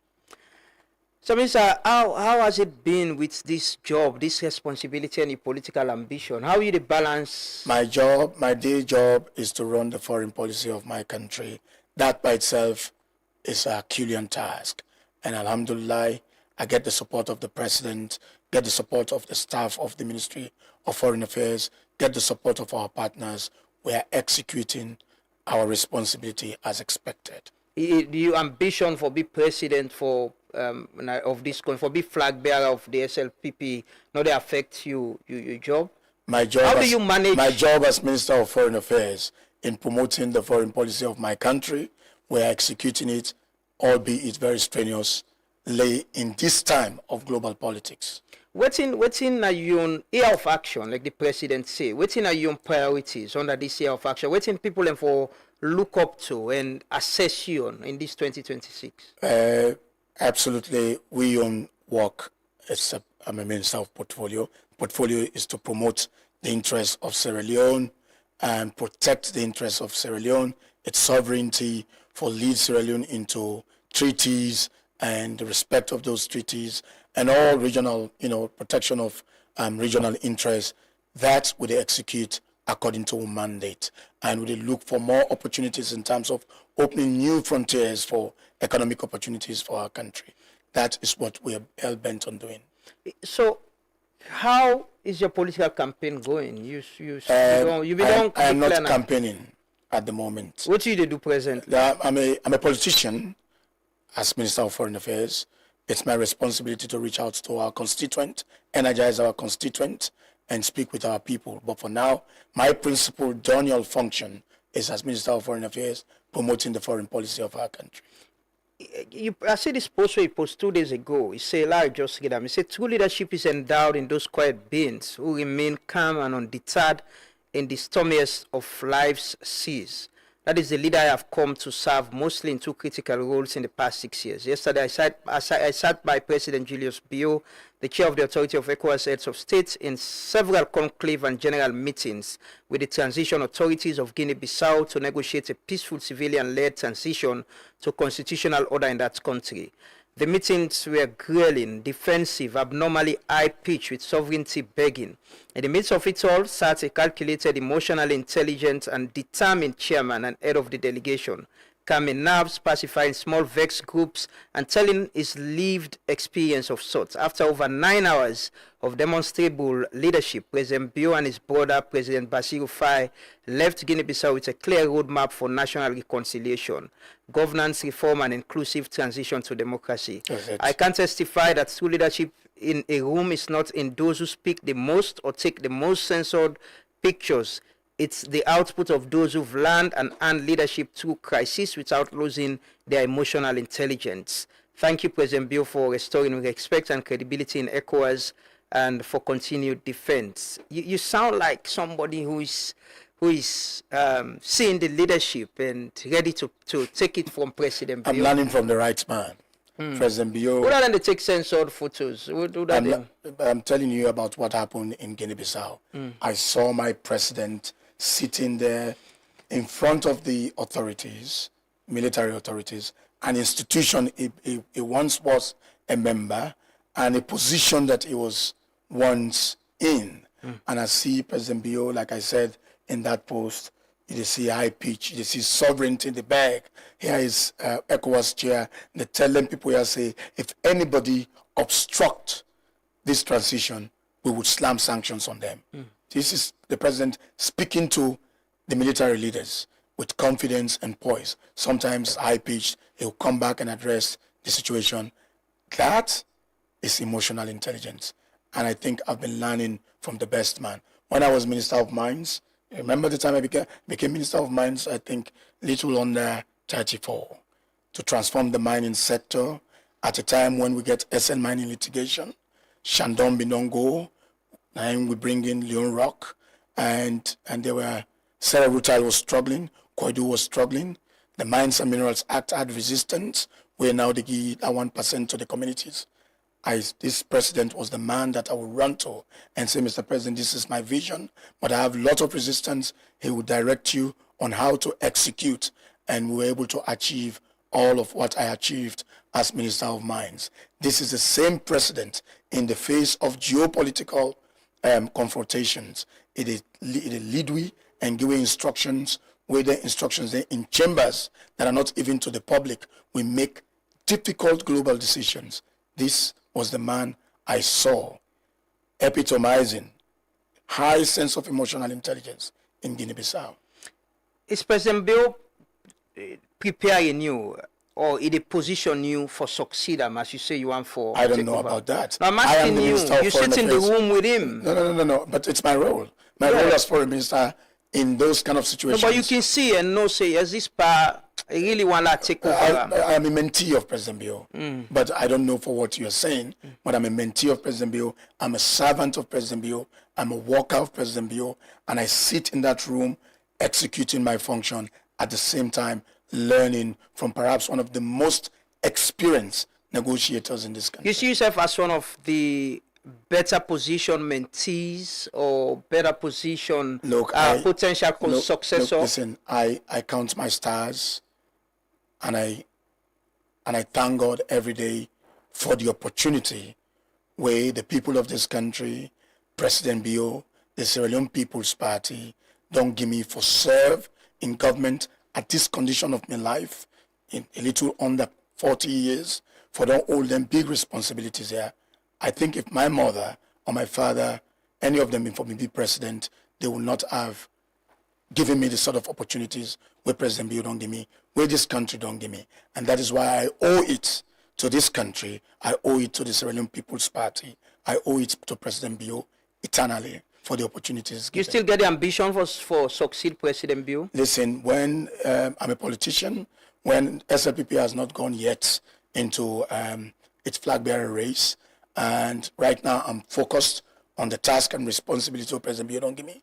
As I said, it's a tough task, but with the performance, under his guidance, and by the help of God, we're delivering. You want to succeed President Bio? Listen, President Bio is the president of the country. He's doing tremendously well for this country, and definitely President Bio's legacy must be maintained. But whoever that person becomes, then we pay. Are you backtracking? The last time I had you here, you openly say but yes. I told you, so why are you? You know, I'm asking, but things change. Within this time. Nothing has changed. You still get the ambition. Nothing has changed, but I'm focused on delivering for the president in the Ministry of Foreign Affairs for promote Sierra Leone foreign policy. You don't inform the party you want to succeed them? Why should I tell you what transpires between me? No, I'm asking. You say I'm public. No. Whatever conversation me and the target. No, but you want lead with, you want be president. Me a citizen of this country. I'm asking you. How can I even prove that? Yeah, if me a citizen.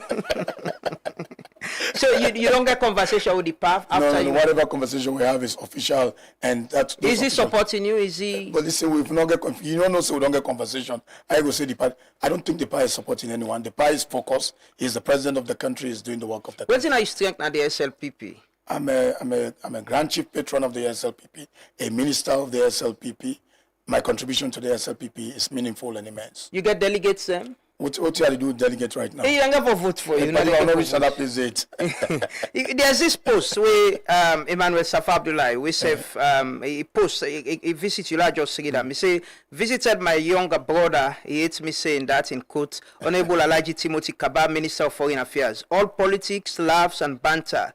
We talked succession, the Eastern Region Alliance and agreed partnership in diversity. We believe the Eastern call for leadership in the SLPP is a call for justice and fairness. You agree with Safa? He said joy, banter, and all of those. Yes, he so said we had a bantering conversation. We talk, we laugh. Safa is my brother. Comes to my office, we joke about it. Yes, with the wish for the Eastern region will be a big highlight in the next years to come, because our region has not actually benefited politically. Are you in alliance with Safa, or Safa, you in an alliance?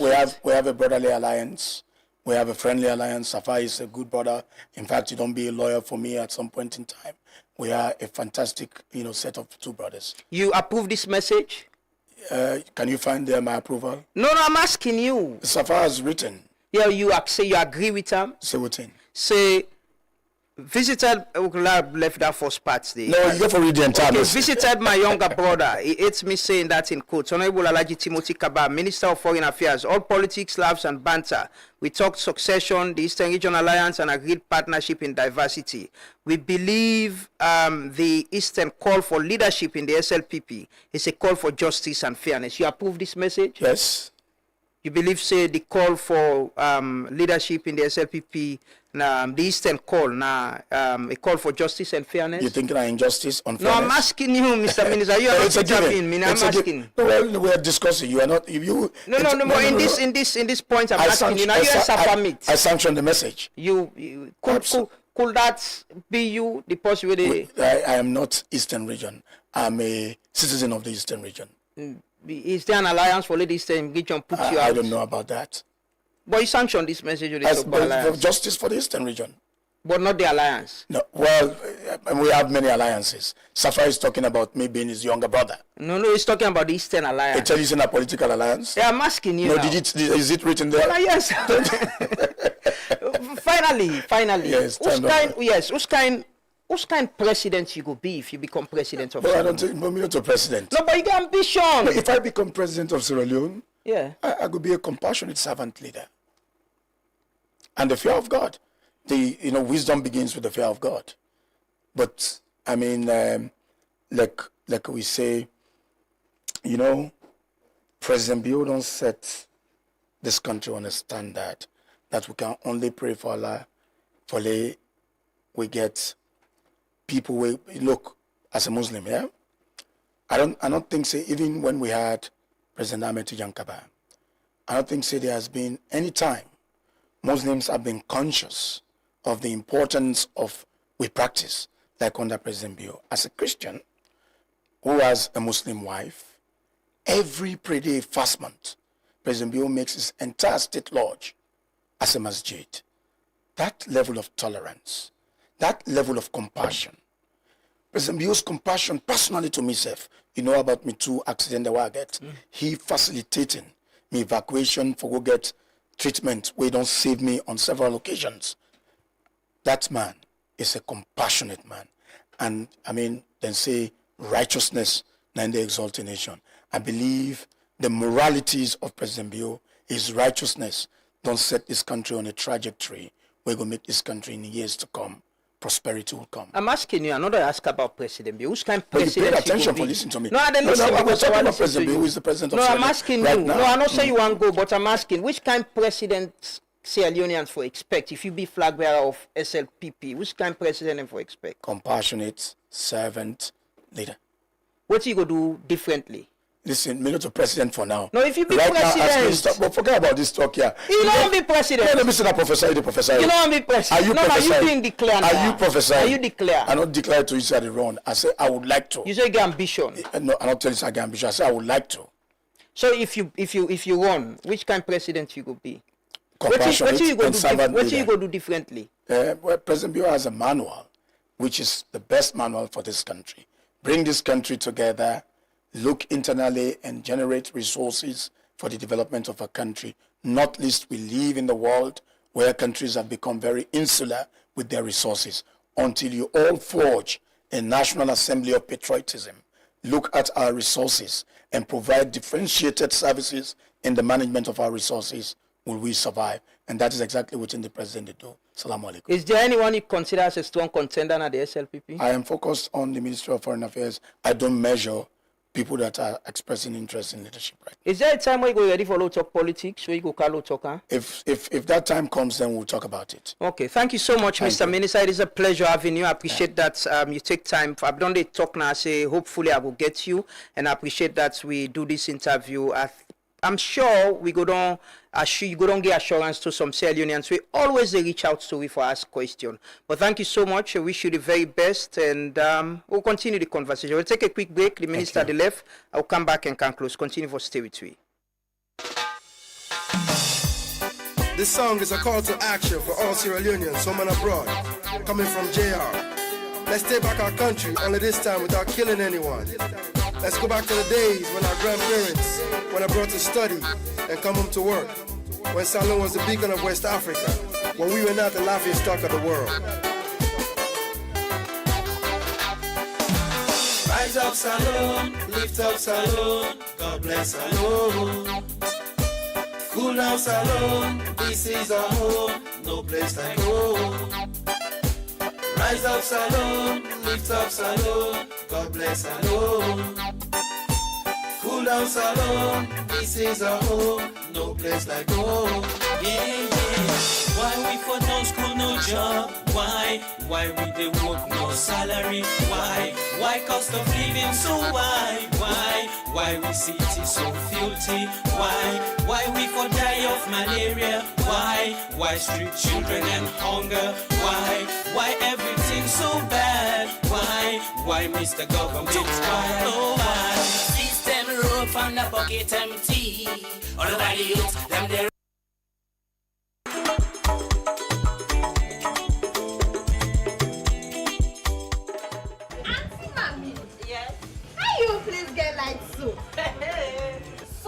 Kaiba don't do it. Yeah?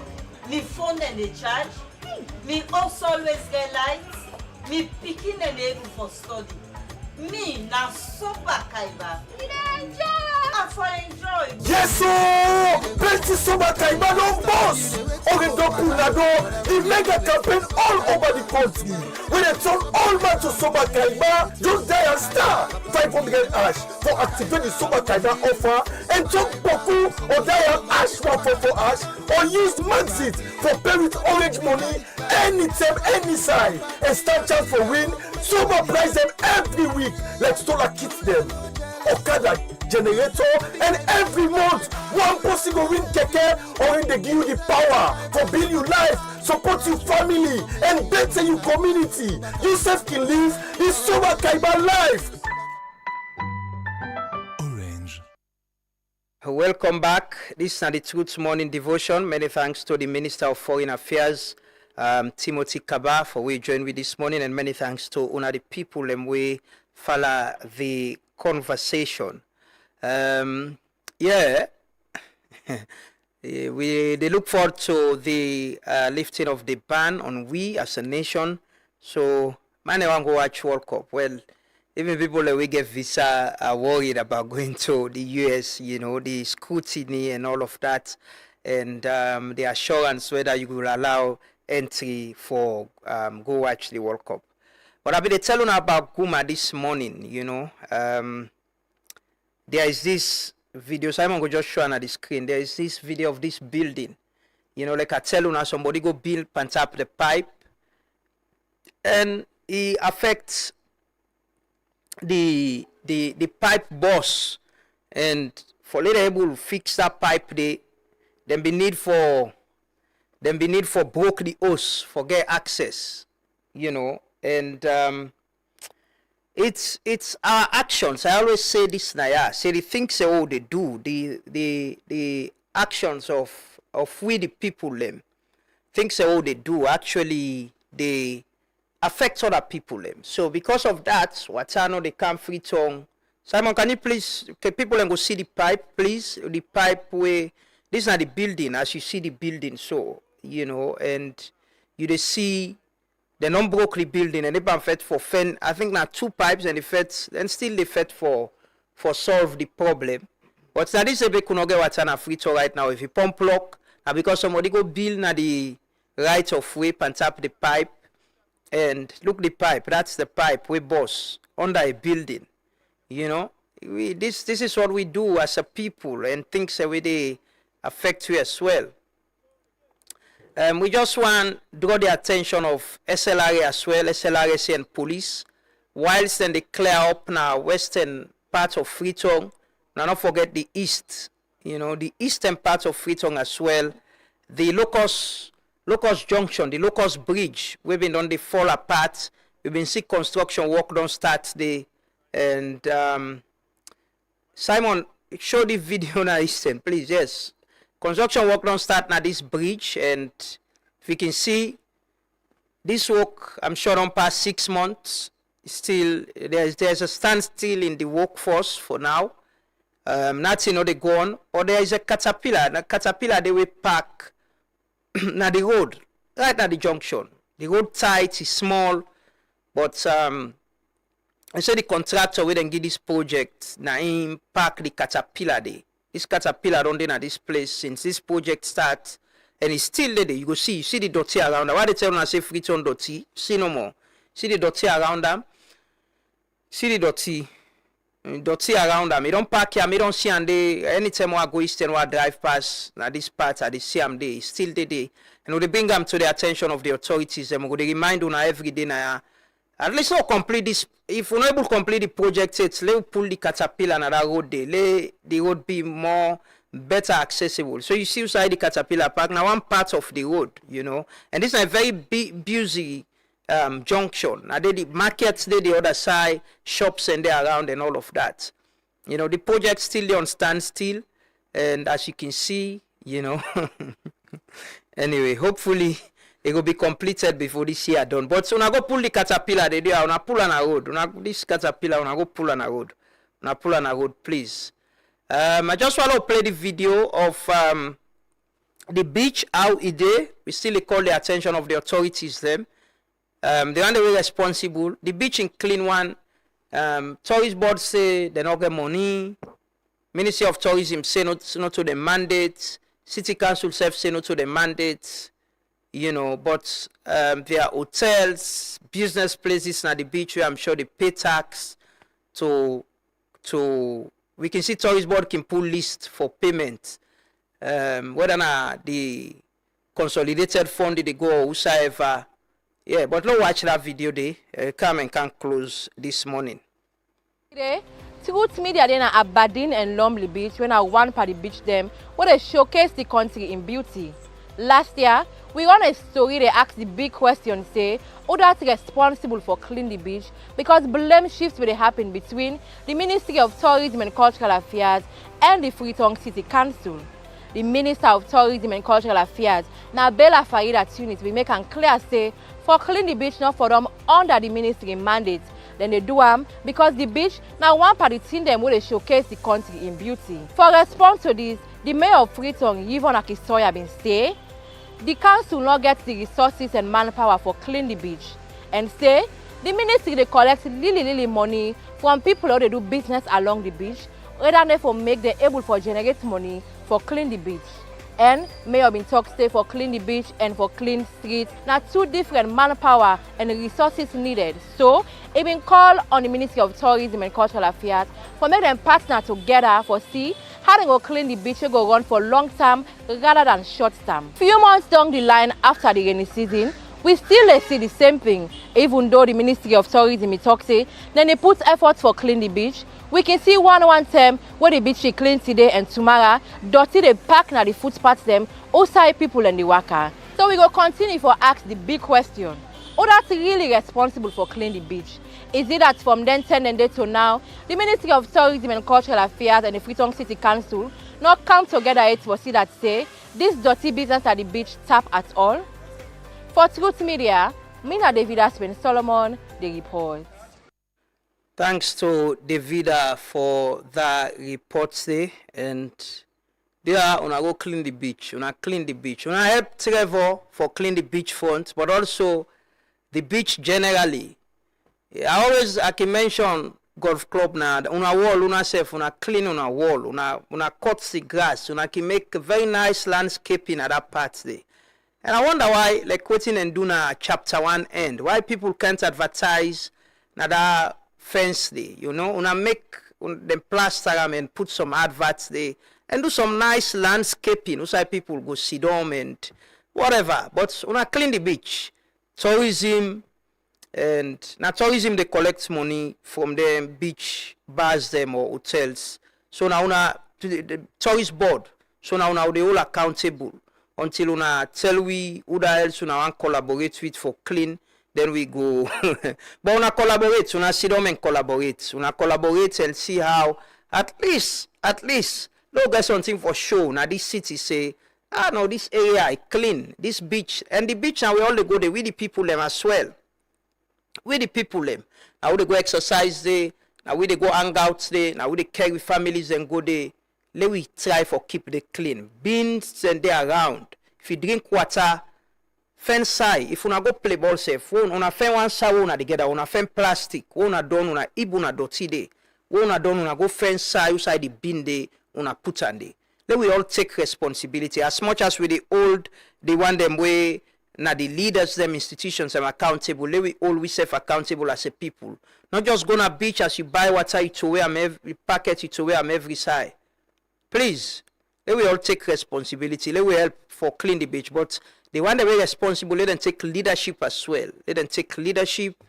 We all go support. We all go support in we own ways for ensure say we keep the beach clean. This week to next week, that's what they've been gonna have videos of side away dirty in this city. I just think so for take sanitation business seriously. We for invest in them, we for raise some awareness and get some attitude and social change on we approach to managing waste and for see how institutions and go collaborate as well. City council gets bylaws, how do we enforce them? How we serve as people and go take responsibility for the waste they generate. We not go to where and treat. We fence side for put them, register with city council, cleaners them or whatever, But now they end the Truth Morning Devotion today. Many thanks to we guests this morning and thanks to our viewers and listeners them. The program they return tomorrow 6:30. We continue with the conversation. Continue to stay with we. Hopefully tomorrow we get a conversation around the Remembrance Day. Yes, the Remembrance Day we get for be over the weekend. So they start the conversation on them already. So continue to stay with we. And tomorrow we start a new segment na the program. Before we get to guest them, call and complain. So we open up the phone line. The citizen and call and talk about waiting and complain, waiting and think about things the way they happen at the community. If you didn't community, you see things where they go bad day, we go get the opportunity for let you raise them concerned and day and let the authorities they know. If na citizen they do bad, if na institution, if na private person, so we go do that day tomorrow. We start that conversation day. We start with complaint session inside the morning devotion. The complaint session will take a different format, whether it's through phone calls, talking to community people, whether not forget guests, then we get complain about institutions them or individuals them or whatever. So just prepare in mind for that. Like I've been said the other day, we get for the different session then at the program so that we go get the views and reflection of people them because now we all they do this program and we all get responsibility for do waiting right, avoid waiting wrong, be a law-abiding citizen, serve your conscience for God and country, be honest, faithful, and love this country. Show love to Salone, like how Salone don't show. That my colleagues say Salone can tire, but it is a beautiful country. It's a lovely country. There are many good parts of it, where we go celebrate. But always members say the tune and they always last. So we'll meet back tomorrow. My name is Namadula Mwanaba. Thanks to my colleagues, them, the technical and production team. Have a lovely day and continue for Follow Truth Media. We are gathered here to honor deeply our outgoing Chief Executive Officer, Sekou Amadou Ba, whose 4 years of dedicated service have been marked by resilience, integrity, and unwavering commitment to excellence. Under his leadership, this organization did not merely operate, it evolved. Challenges were not avoided but faced with resolve. Opportunities were not just seized but created.